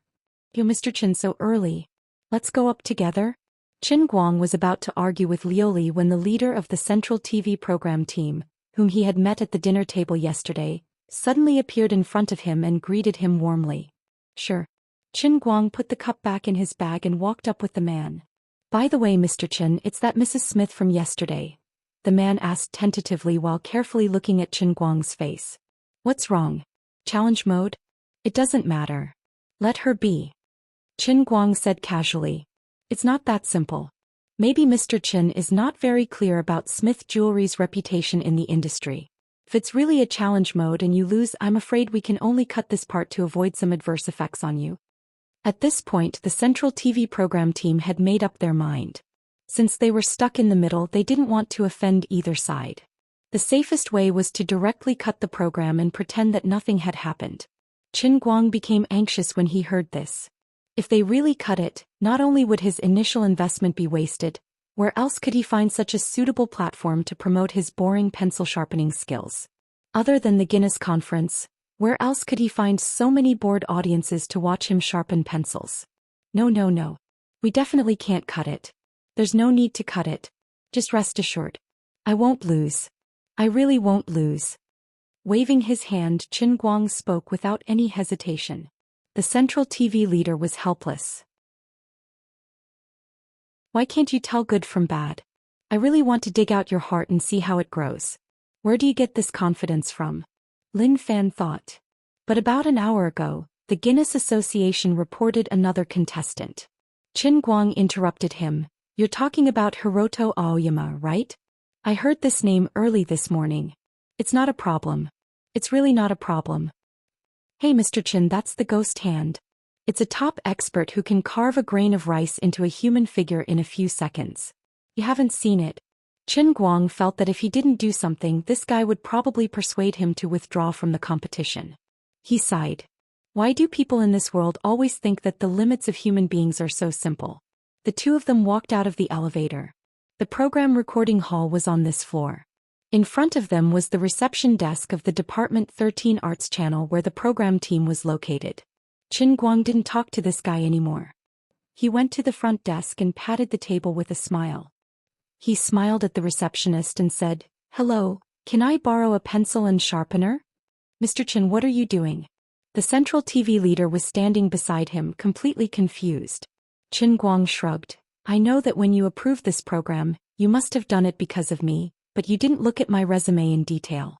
There are some things that you don't know and I don't blame you. So, I want to tell you that the ghost hand is really nothing." As he said that, Qin Guang slowly raised the pencil and placed it on the tip of this guy's nose. "You're going to..." Qin Guang took a step back and swung the sharpener upwards. The new pencil made a slight rippling sound, and the powdery sawdust scattered like smoke from a firecracker. Immediately, Qin Guang placed the sharpener back on the front desk. He stuffed the pencil into the hands of the Central TV leader and said with a smile, "You might need a magnifying glass, no, a microscope. Actually, I just want to tell you, don't worry about anything. According to our previous agreement, let me be the first to go on stage and then record the program. I can guarantee that this will be the program team's highest viewership rating in recent years, and the program's best episode." "Why?" The program team leader took the pencil in a daze, still not understanding. "Because the person standing in front of you is a god in this field. Thank you." After saying that, Qin Guang turned around and left. At the entrance of the hall, there was a sign for the contestants' break room. The Central TV leader held the pencil, his face full of confusion. He squinted his eyes and looked at the tip of the pencil, not understanding. What's the meaning behind it? Right, didn't he just use the sharpener to scratch it? Why does it look like it has exploded?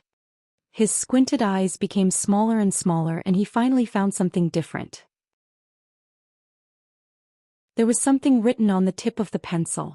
"Chief Wang, we have a magnifying glass here," the receptionist reminded him kindly.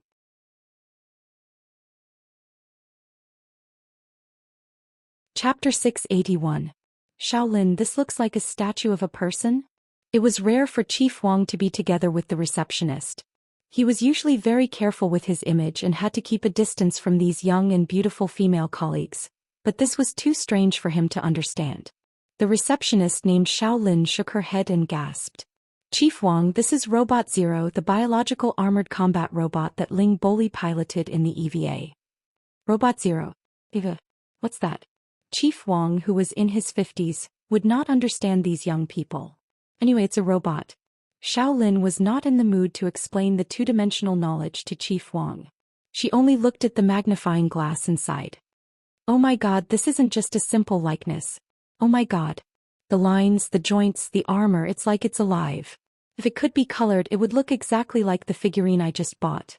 As the girl spoke, she pointed at the figurine in the corner of the office table. The figurine was about 10 centimeters tall and was officially authorized by Bandai. It was imported and had excellent workmanship. In that instant, Qin Guang had clearly carved it according to the figurine. Chief Wang shook his head blankly. "Impossible. This is impossible." Kobayashi was getting more and more confused. The more she looked at it, the more incredulous she felt. Her figurine was assembled from hundreds of parts. How could it be cut into the exact same shape? Even the external armor on her right forearm had the exact same shape. Scary. Shaolin thought about it and said, "I'll go get a microscope from the program team next door. Give me a few minutes." 10 minutes later, Chief Wang and Shaolin stared at the image taken by the high-powered microscope on the computer, dumbfounded. The entire figurine was about 3 millimeters tall. Other than the lack of color and the fact that it was pure black, it was exactly the same as Shaolin's figurine. Chief Wang's hand holding the pencil was shaking. He could not understand the principle behind this even if he was beaten to death. How did he do it? He clearly just slashed it with a single slash. Why did he do that? Maybe it's because he's really God. Shaolin's eyes were shining. She clenched her fists and prayed silently. "May God bless me. If my future boyfriend's fingers are even 1/10 as nimble as mine, my life will be worth it." When Manager Wang arrived at the players' break room, his mind was muddled. He was still holding the pencil in his hand. No matter how he tried to construct a picture in his mind, he had no idea how Qin Guang had managed to carve out Machine Zero in one go. Qin Guang looked at him and knew that he had achieved his goal. He took the pencil back from him. Director Wang, don't ask me. I won't tell you anything. The pencil was given to me by your employee and the knife is also hers. You only need to understand one thing. I used less than a second to sharpen the pencil like this. Now do you still want to discuss Demon Hand Hikari with me? Chief Wang shook his head like a rattle drum. Don't think about it. Don't think about it at all. Qin Guang pressed the tip of the pencil on the chair and flattened it under Chief Wang's pained gaze. So, can we start recording the show on time? Chief Wang's eyes widened. What a pity. Such a perfect piece of art was crushed by him just like that. He must be torturing and taking revenge on me, a patient with OCD. Damn it. After waiting for a few seconds, Chief Wang came back to his senses. He looked at his watch and realized that there were only 10 minutes left before the official start of the recording. He hurried to the director's room and shouted, "Everyone get into position. Don't King dawdle." Qin Guang smiled and shrugged. He thought to himself, "Bro, how can I explain it to you? You might think it was just one knife, but in that instant I swung it at least 100 times." Unlike other skills, the seemingly useless pencil sharpening skill was, in a sense, the most unreasonable skill that Qin Guang had mastered so far. Because when he achieved the achievement in the World in the Cup, his arm was under the special blessing of the World in the Cup. Even in the outside world, as long as he held a pen in one hand and a knife in the other, his whole body would be blessed by the mysterious power of the Holy Grail. After mastering the high-frequency vibration of the world of Kiran's arm, his pencil sharpening ability was even further enhanced. It was even better than when he was training in the World in the Cup. Once he started to sharpen, the ability he displayed was not a human ability at all. I don't usually show off. When I do, I scare myself to tears, okay? In other words, as long as the pencil was replaced with something of a different thickness, his trick would not work. But this time, the project of the Guinness Challenge was pencil sharpening. It was impossible for him to lose, okay? He couldn't lose even if he wanted to. Qin Guang turned his head and looked at the group of foreigners sitting not far away. If he guessed correctly, this group of people should be the master-level employees of Smith Jewelry. The oldest among them should be over 50 years old and the youngest should be 30 years old. The yellow man sitting in the middle, surrounded by the stars, should be the Japanese Hiroto Aoyama. Looking at his slender fingers, his muscles and bones were different from ordinary people's. He did have some amazing kung fu skills. The name Ghost Hand was not for nothing. If it was another project, Qin Guang might not necessarily win. But since it was pencil sharpening, he could only apologize. Sensing his provocative gaze, Hiroto Aoyama and the group of Smith Jewelry employees all turned to look at him. That's him, the reckless challenger. Mr. Aoyama, Mrs. Smith wants us to win more quickly. If you win the competition in the end, Mrs. Smith will consider handing over all the business in Japan to you. Hiroto Aoyama nodded. I won't let Mrs. Smith down. He couldn't help but recall the last time he performed on the street in Tokyo's underground tunnel. Everything looked the same as before. The dim light in the underground tunnel scattered in the long tunnel. There was no warmth, only bone-chilling cold. The homeless man curled up on the ground beside him, wrapped in a thick coat, was also shivering in the cold.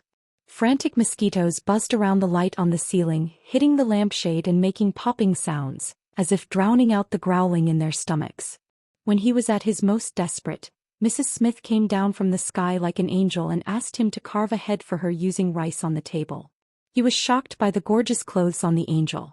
His fingers had never been so agile. It usually took him 8 seconds to finish sketching a statue, but this time he finished it in 5 seconds. From then on, Mrs. Smith, who had the body of an angel, opened a window to his gloomy life.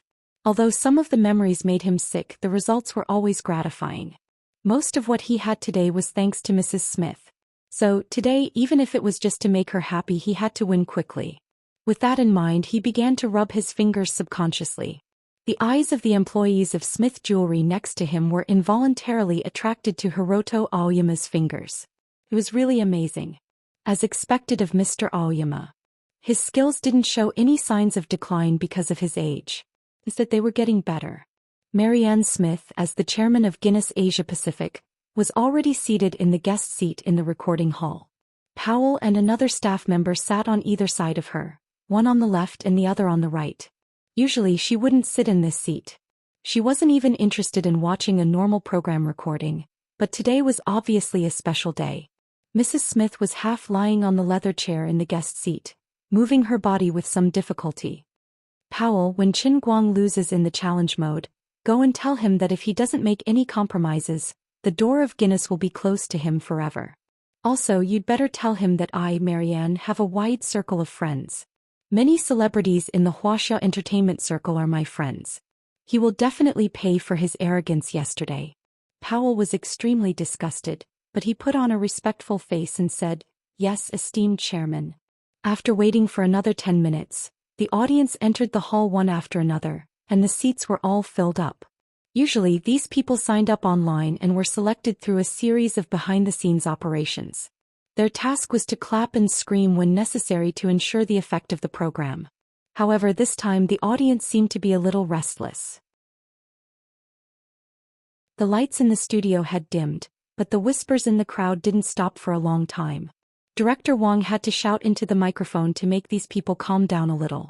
When the studio finally returned to normal, Director Wang turned off the microphone and said with a straight face, "What the hell? Why are the quality of the audience this time so low?" The staff member next to him quickly explained, "Director Wang, it's my fault. There were too many people signing up online this time. When we selected people, the system made a mistake. We chose real audience members." Director Wang wanted to kick him. Why didn't he inform him earlier that something like this had happened? If they weren't experienced audience members, the situation today would have gone out of control.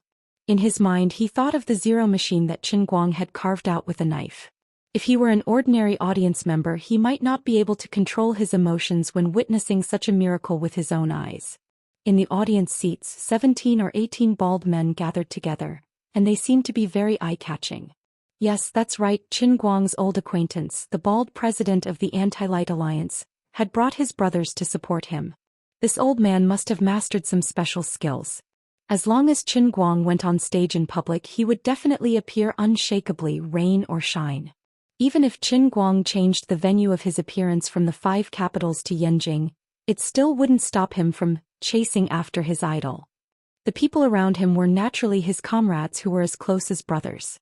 In fact, hundreds of people in the entire Anti-Light Alliance had signed up.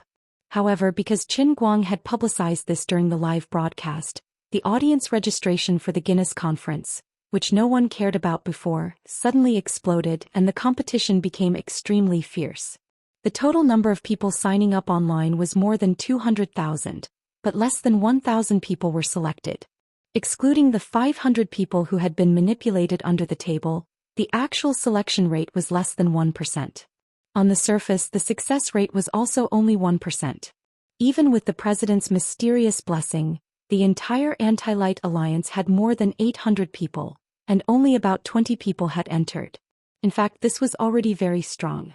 As expected of the president, our success rate is as high as 1%. It must be the president's spirit in heaven that is blessing us. The vice president looked very excited. He was a fanatical supporter of Qin Guang, but he didn't have the opportunity to listen to Qin Guang's teachings. Otherwise, he would have easily become a noble believer. The president stepped on his foot. "Shut your crow's mouth. I'm not dead yet. Are you really hoping for me to die so that you can usurp the throne?" No. President, I definitely didn't think that way. If not for your blessing, at most only 5 of us could have entered. The vice president said sincerely. The other bald members also looked at the president with gratitude. The bald president silently wiped away his tears. As a president who lived among a group of die-hard Qin Guang fans, it was really tough. He really didn't understand why the Anti-Light Alliance was getting further and further away from his original goal. There must be something wrong with the way it was opened. What? Your president is so powerful? Our whole class is Brother All-Rounder's fan. We heard that Brother All-Rounder would be participating this week, so we signed up together. In the end, I was the only one selected. We are so pitiful. Someone overheard their conversation and became interested in the Anti-Light Alliance. The members immediately started to show off. Of course.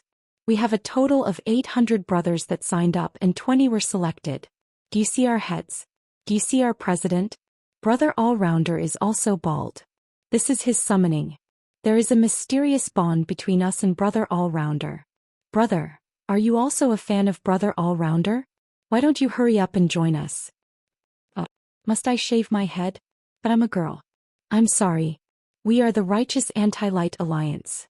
We never accept female members. I heard that there are girls in the Pink Light Alliance. You can contact them. Can I ask my boyfriend to join you? Yes, but you have to remind him not to pay the membership fee. He must be careful of our president. We are a non-profit organization.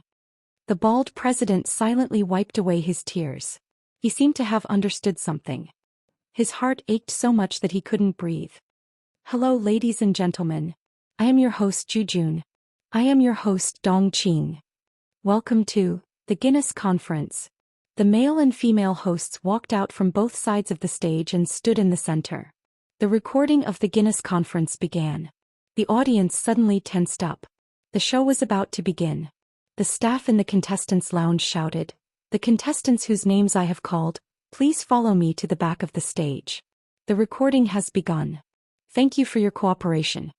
Qin Guang turned his head and exchanged glances with Hiroto Aoyama. He grinned and walked to the front.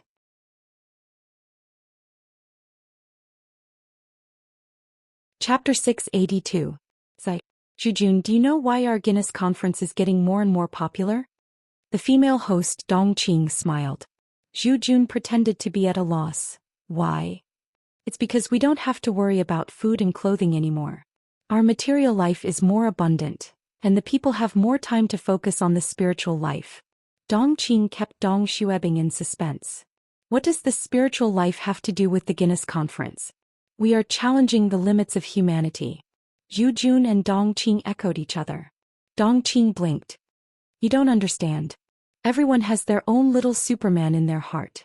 Only when they don't lack anything in their life can this little Superman jump out and think about the things that they used to be good at or wanted to do but couldn't do. You don't understand. Everyone has their own little Superman in their heart. For example, when I was young I was very good at spinning the pen. When I twirled the pen on my fingers, it was like a flower blooming. I was taught a lesson by my teacher because of this. Now I am old and there is no teacher to look after me. But my hand is also stiff and I can't turn the pen anymore.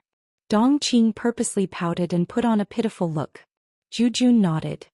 Isn't that right? Your teacher really killed a genius. If you practice hard you might even be able to participate in the Olympic Games. We don't need to think about the Olympic Games. They don't have this event but we are here in Guinness. What's our mission? Challenge the limits. Surpass yourself.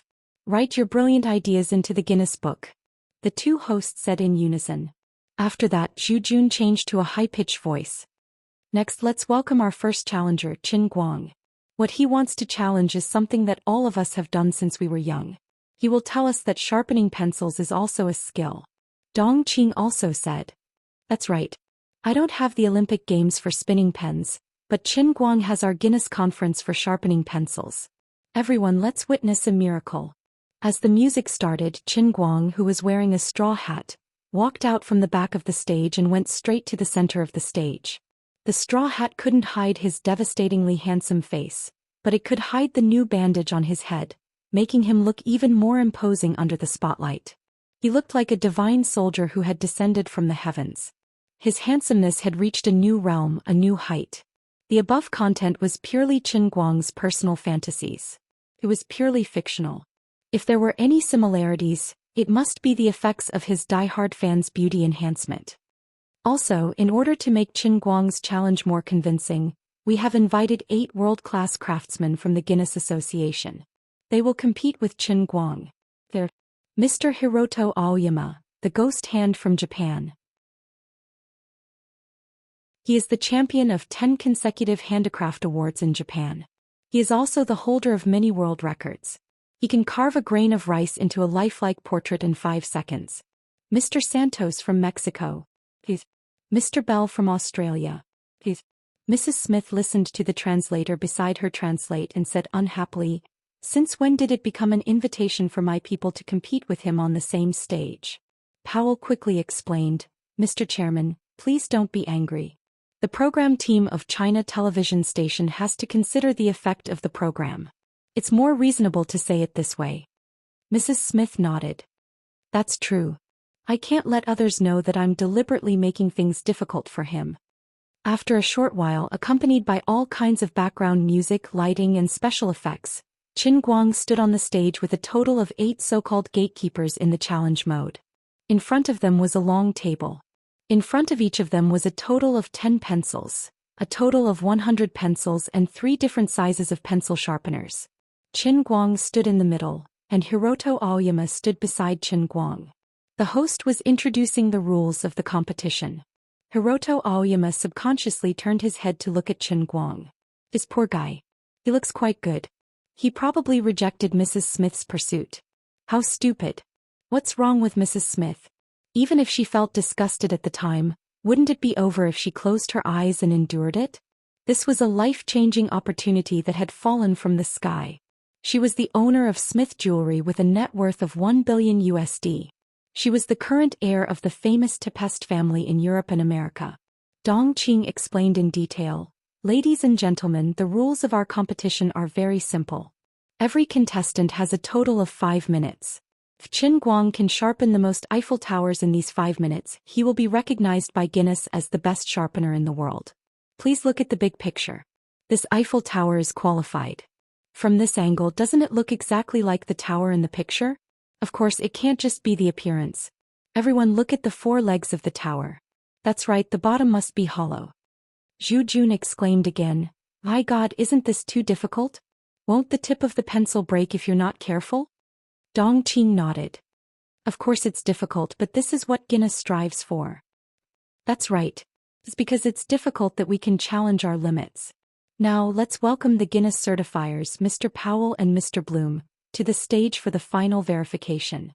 Zhu Jun waved his hand and the 2 certifiers, Powell and Bloom, who were sitting in the VIP seats, walked onto the stage with smiles on their faces. "Mr. Qin, it's not too late to change your mind." Powell pretended to check the pencil and knife in front of Qin Guang absent-mindedly. Qin Guang opened his mouth slightly and said in a low voice, "No, you can tell her exactly what I said. Just tell her that I think she's disgusting. You'll regret it. You don't know Mrs. Smith's reputation." Powell put down the pencil slowly and said with a gloomy face. Qin Guang rolled his eyes indifferently. "You don't know who I am, so don't talk nonsense. Get out of here." Powell's hand that was holding the pencil knife trembled violently. He really wanted to stab Qin Guang with the knife. What did he say just now? Powell had just sat down in the VIP seats with shaking hands when Mrs. Smith, who was unwilling to give up, asked. "He told me to get out of here." The camera was right on his face. Powell had no choice but to squeeze out a smile. Then he squeezed out the sentence.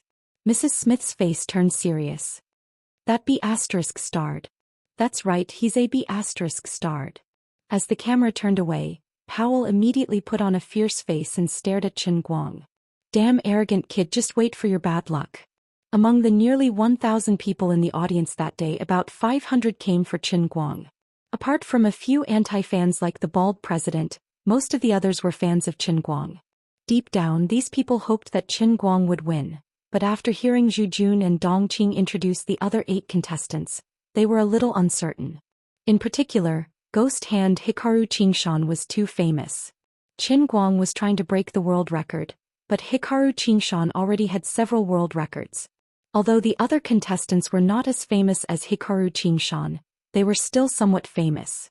The countdown had already started, but the whispers of the audience had not stopped.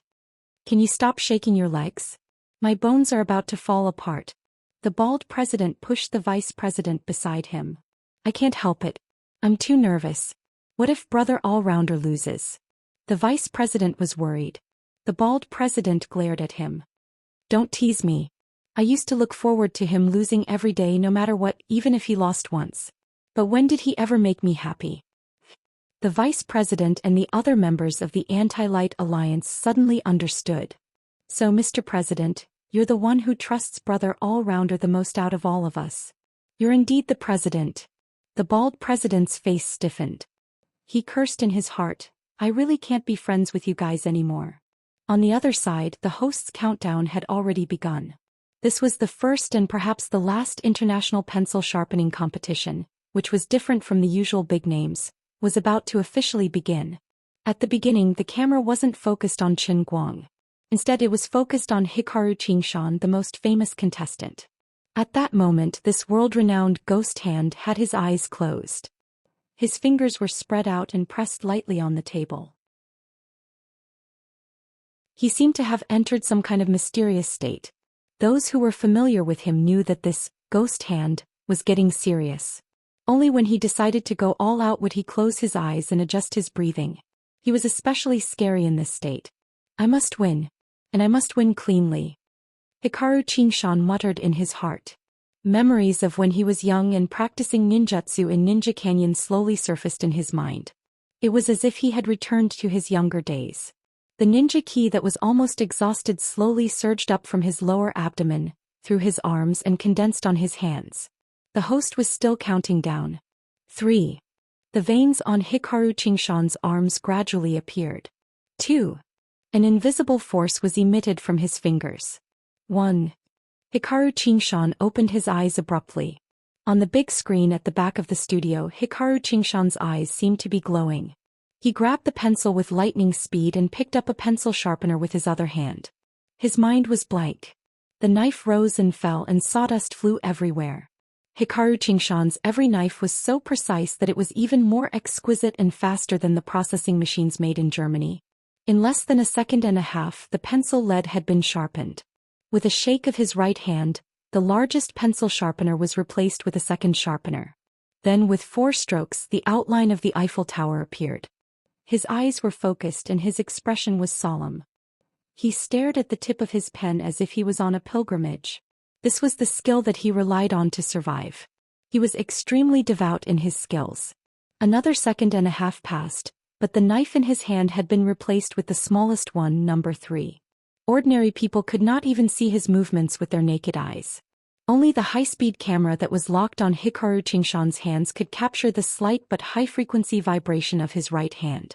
The powder on the pencil lead flew out and the 4 legs of the Eiffel Tower quickly took shape.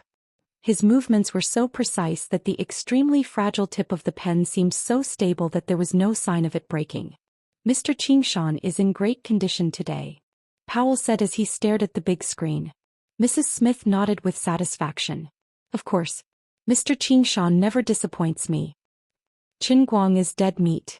It's too late for him to beg for mercy now. Mrs. Smith grinned sinisterly. He has successfully angered me. Only the humblest of repentance can satisfy me. While the two of them were chatting, Hiroto Aoyama had finished sharpening his first pencil. He was very satisfied with his performance today. It only took him 5 seconds to sharpen the first pencil, and the whole process was as smooth as flowing water. He was confident that he could increase his speed to 4.5 seconds, or even faster. Later on, his speed might slow down again, but it did not matter. In 5 minutes he could sharpen at least 50 pencils that met the standard. Although it looked so simple, the tip of the pen was extremely fragile. A slight mistake during the process would cause the tip to break easily, and all his previous efforts would be wasted. It was not something that an ordinary person could do. He did not even have the mood to look at Qin Guang's performance next to him. He knew that he represented the limit of human beings. As long as he continued to perform normally, no one would be a match for him. From time to time, there was a cracking sound coming from beside him. It sounded like Qin Guang had used too much force to sharpen the pencil. As Hikaru Qingshan began to sharpen the second pencil, he thought to himself, "You deserve it. Do you think we're playing with you? You're doomed from the moment you offended Mrs. Smith, okay? Even the other employees of Smith Jewelry are much better than you, okay?" Director Wang began to scold them in the director's room. "I told you to focus the camera on Qin Guang. Where are you filming? Are you an idiot?" The PD in charge of cutting the camera felt wronged. "Director Wang, I'm filming Qin Guang on the 3rd camera, but he's always sharpening the pen until it explodes. Why are we filming him?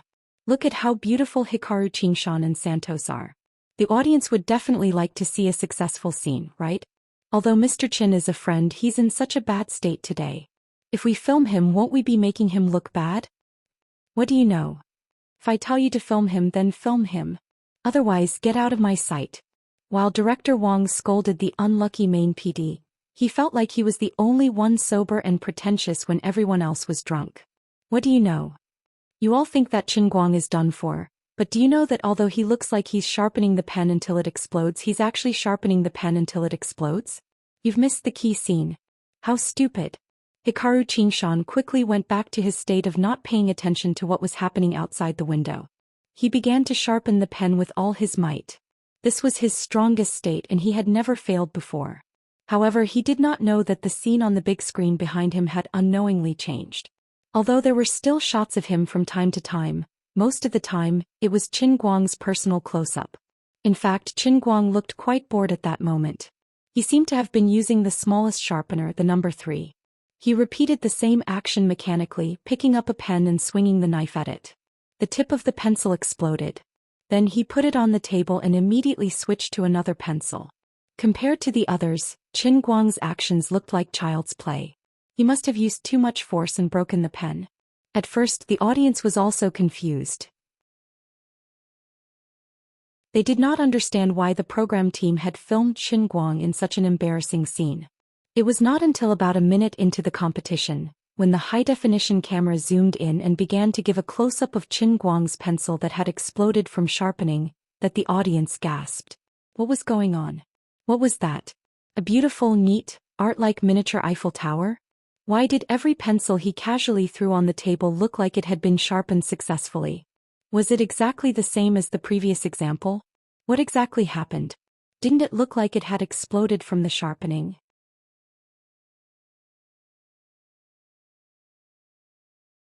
Chapter 683. What the hell? Mrs. Smith immediately stood up from her seat. Cheating. He must have cheated. Powell and Bloom were also confused. They had carefully examined Qin Guang's pencils and knives, and there was no way they were specially prepared in advance. The audience was even more confused. Even the chairman of the Anti-Light Alliance, who was certain that Qin Guang would be able to show off, was also confused. Although I know he's going to win, can someone explain the theory to me? What the hell is going on? With one slash, an Eiffel Tower appeared? A little explanation? Why, what's this? The vice chairman thought for a long time. This is probably the realm of gods? Due to the unusually large number of non-professional audiences in the studio, most of these people who participated in the recording for the first time did not know the rules. Whispers rose and fell, intertwined with each other, and the buzzing sound gathered and formed a resonance, overwhelming the passionate soundtrack that was playing in the studio at this time, making the whole studio so noisy. Master Bell from Australia was the first to notice that something was wrong. He needed about 10 seconds to finish a pencil. It had been about a minute and a half since the start of the competition, and he had already finished 10 pencils. During a short pause, he could not help but look back at the big screen behind him. He happened to see a close-up of the pile of sharpened pencils that Qin Guang had placed on the table. What? Then he turned his head again and saw that there was only one set of pencils left in Qin Guang's hand. That was 10 pencils. F***ck. What happened? Has he finished 90 pencils? It's been less than 100 seconds since the start of the competition. Mr. Bell was scared out of his wits. He looked at Hiroto Aoyama again. Frankly speaking, Ghost Hand was indeed very strong. He had already finished more than 20 pencils, more than twice as fast as Bell himself. However, compared to Qin Guang, he was not at the same level at all. Hiroto Aoyama was still focused. His face shone with confidence. However, compared to Qin Guang next to him, the more confident he was, the more pathetic he looked. God, thought Bell, I must still be dreaming. Let me sleep for another hour so I won't have this ridiculous hallucination. Poor Mr. Aoyama, poor fellows, poor me. What kind of monster are we playing against? What was the principle behind this? In less than 10 seconds, Qin Guang had already put down the last pencil in his left hand. He raised his right hand and said loudly, I'm sorry, I've finished sharpening all my pencils. Can you bring me another 200 pencils? Qin Guang's words were like a stone that stirred up 1,000 ripples. Hisato Aoyama was startled back to his senses. His hand trembled and the tip of his sword even cut the tip of his left hand. He raised his head blankly and turned to look at Qin Guang. His eyes slowly focused and then fell on the 100 sharpened pencils in front of him. Baka. What is this? 100? Is it done? He raised his head to look at the countdown timer on the big screen. Only 100 seconds had passed. He then looked at the pencils in front of him. 23, which meant that he had sharpened one every 35 seconds. It was definitely an extraordinary performance. But what did this B** star do? Why is this happening? What happened? This is completely different from what I thought. Hisato Aoyama was stunned. He even forgot that he was in the middle of a competition. He subconsciously wanted to pick up Qin Guang's pencil and check it. However, Qin Guang slapped his hand away. Watch your hand. Don't touch my pen. Fearing that Hisato Aoyama could not understand him, Qin Guang even deliberately spoke in Japanese. Hisato Aoyama was stunned when he suddenly heard such standard Japanese. He then withdrew his hand in embarrassment and looked at his table. He kept reminding himself not to panic and not to be afraid. He was deliberately sharpening. He was just trying to scare me. At that moment, the host Dong Qing ran back to Qin Guang with a box of pencils. The spare pencils were placed on the small table next to her. They did not have to wait for long. Although he had already wasted more than 10 seconds, Qin Guang did not care at all. He picked up the pencils and continued sharpening. Alright, sharpening pencils was really boring. No matter how much he exaggerated, it was still the same. He picked up the pen with his left hand and raised it in front of him. Then he swung his right hand. The moment the tip of the knife and the tip of the pen touched each other, there was a brief pause. Then the tip of the pen exploded. He then threw the pen on the table and picked up another one. Bang! It exploded again. That was it.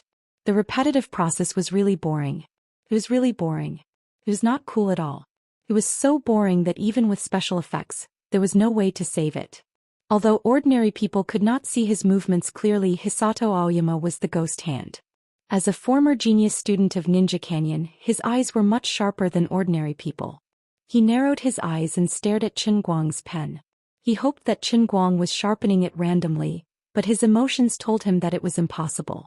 In that instant, the powdery sawdust mixed with the black powder of the pen lead was too strange, too special. This was not the normal appearance of a damaged piece of paper. Wait a minute. The moment the tip of his knife touched the tip of the pen, his hand seemed to have become blurry. It was like the old CRT TV when the voltage was unstable. Qin Guang was about to put down the pen, but he felt uncomfortable being stared at by this guy. He turned around and looked at him. You don't want to play anymore, do you? Are you going to sharpen it yourself? Why are you staring at me? Beg me and I'll let you win. Are you bored? After that, Qin Guang ignored him and continued sharpening. This Hisato Aoyama is really pitiful.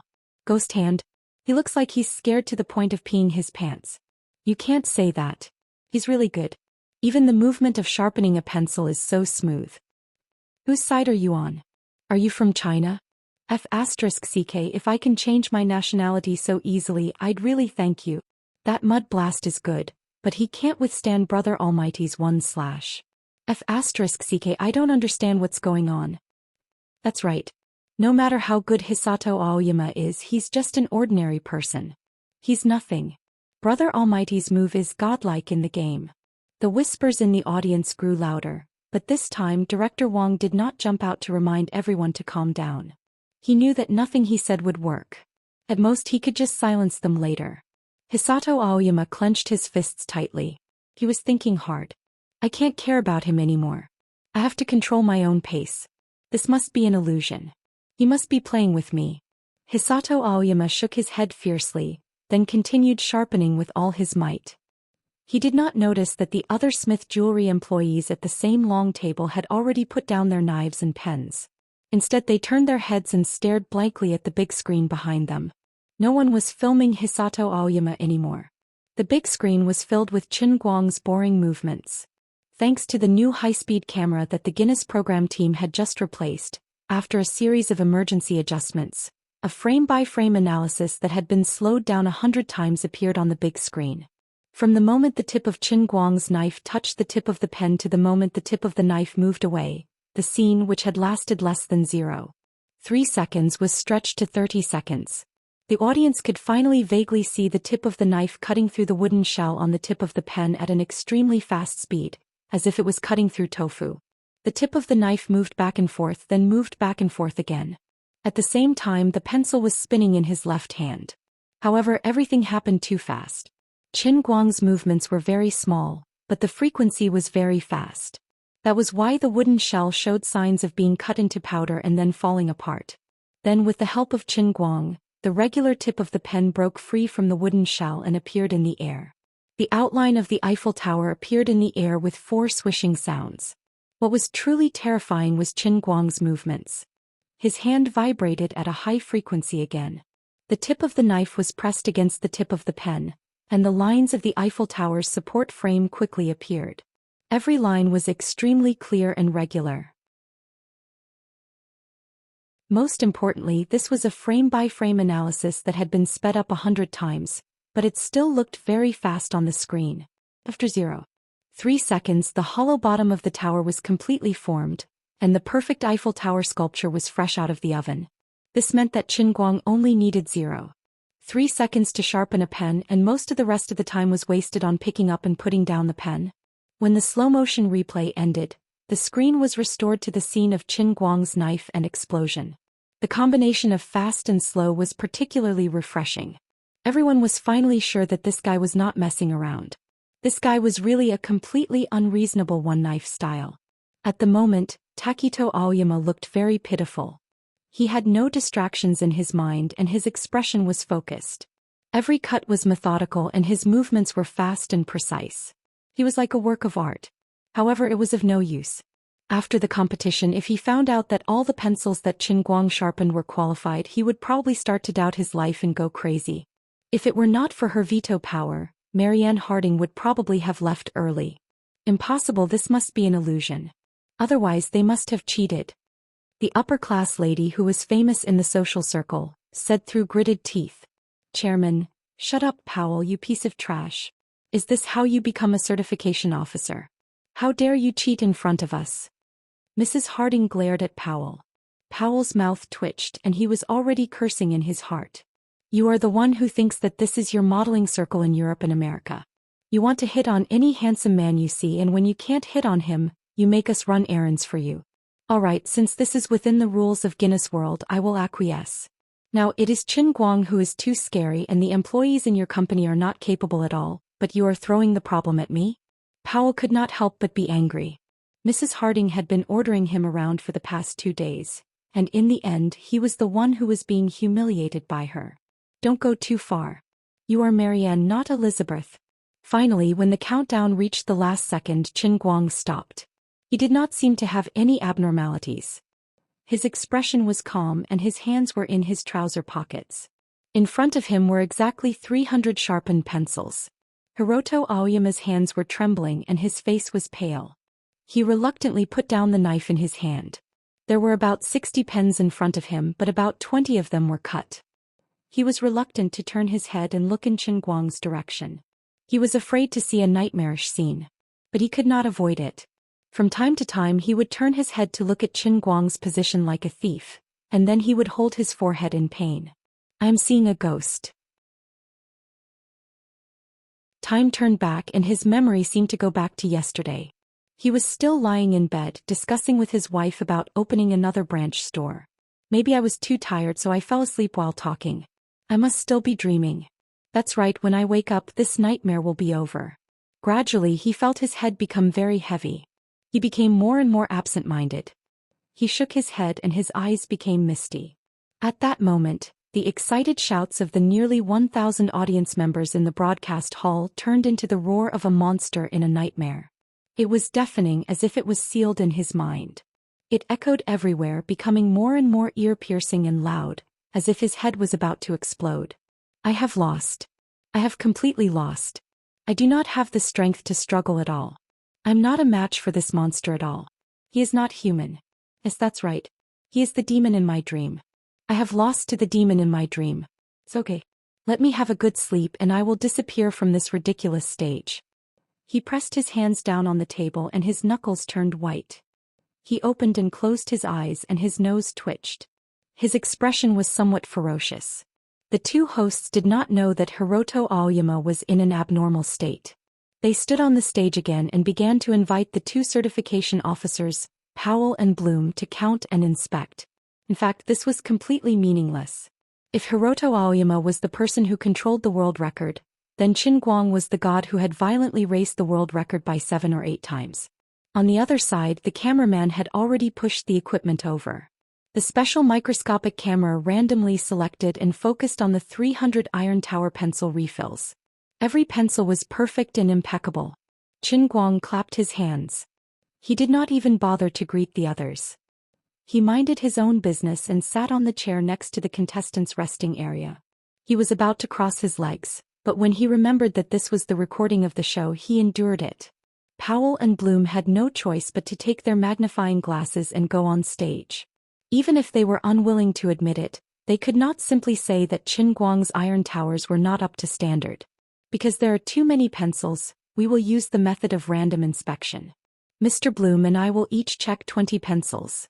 If there are 40 pencils in total, then Qin Guang's challenge will naturally be successful. Powell just wanted to end this farce as soon as possible. He recalled what had happened earlier, and the look of disdain in Qin Guang's eyes when he had looked at him and Mrs. Smith. Powell felt that they were clowns who were baring their fangs and brandishing their claws in front of God. This was too ridiculous. The challenge mode was a complete joke. You're tuning in to the Zhou Xian's Legacy YouTube channel. Don't forget to subscribe and join us on this journey to catch the most captivating stories.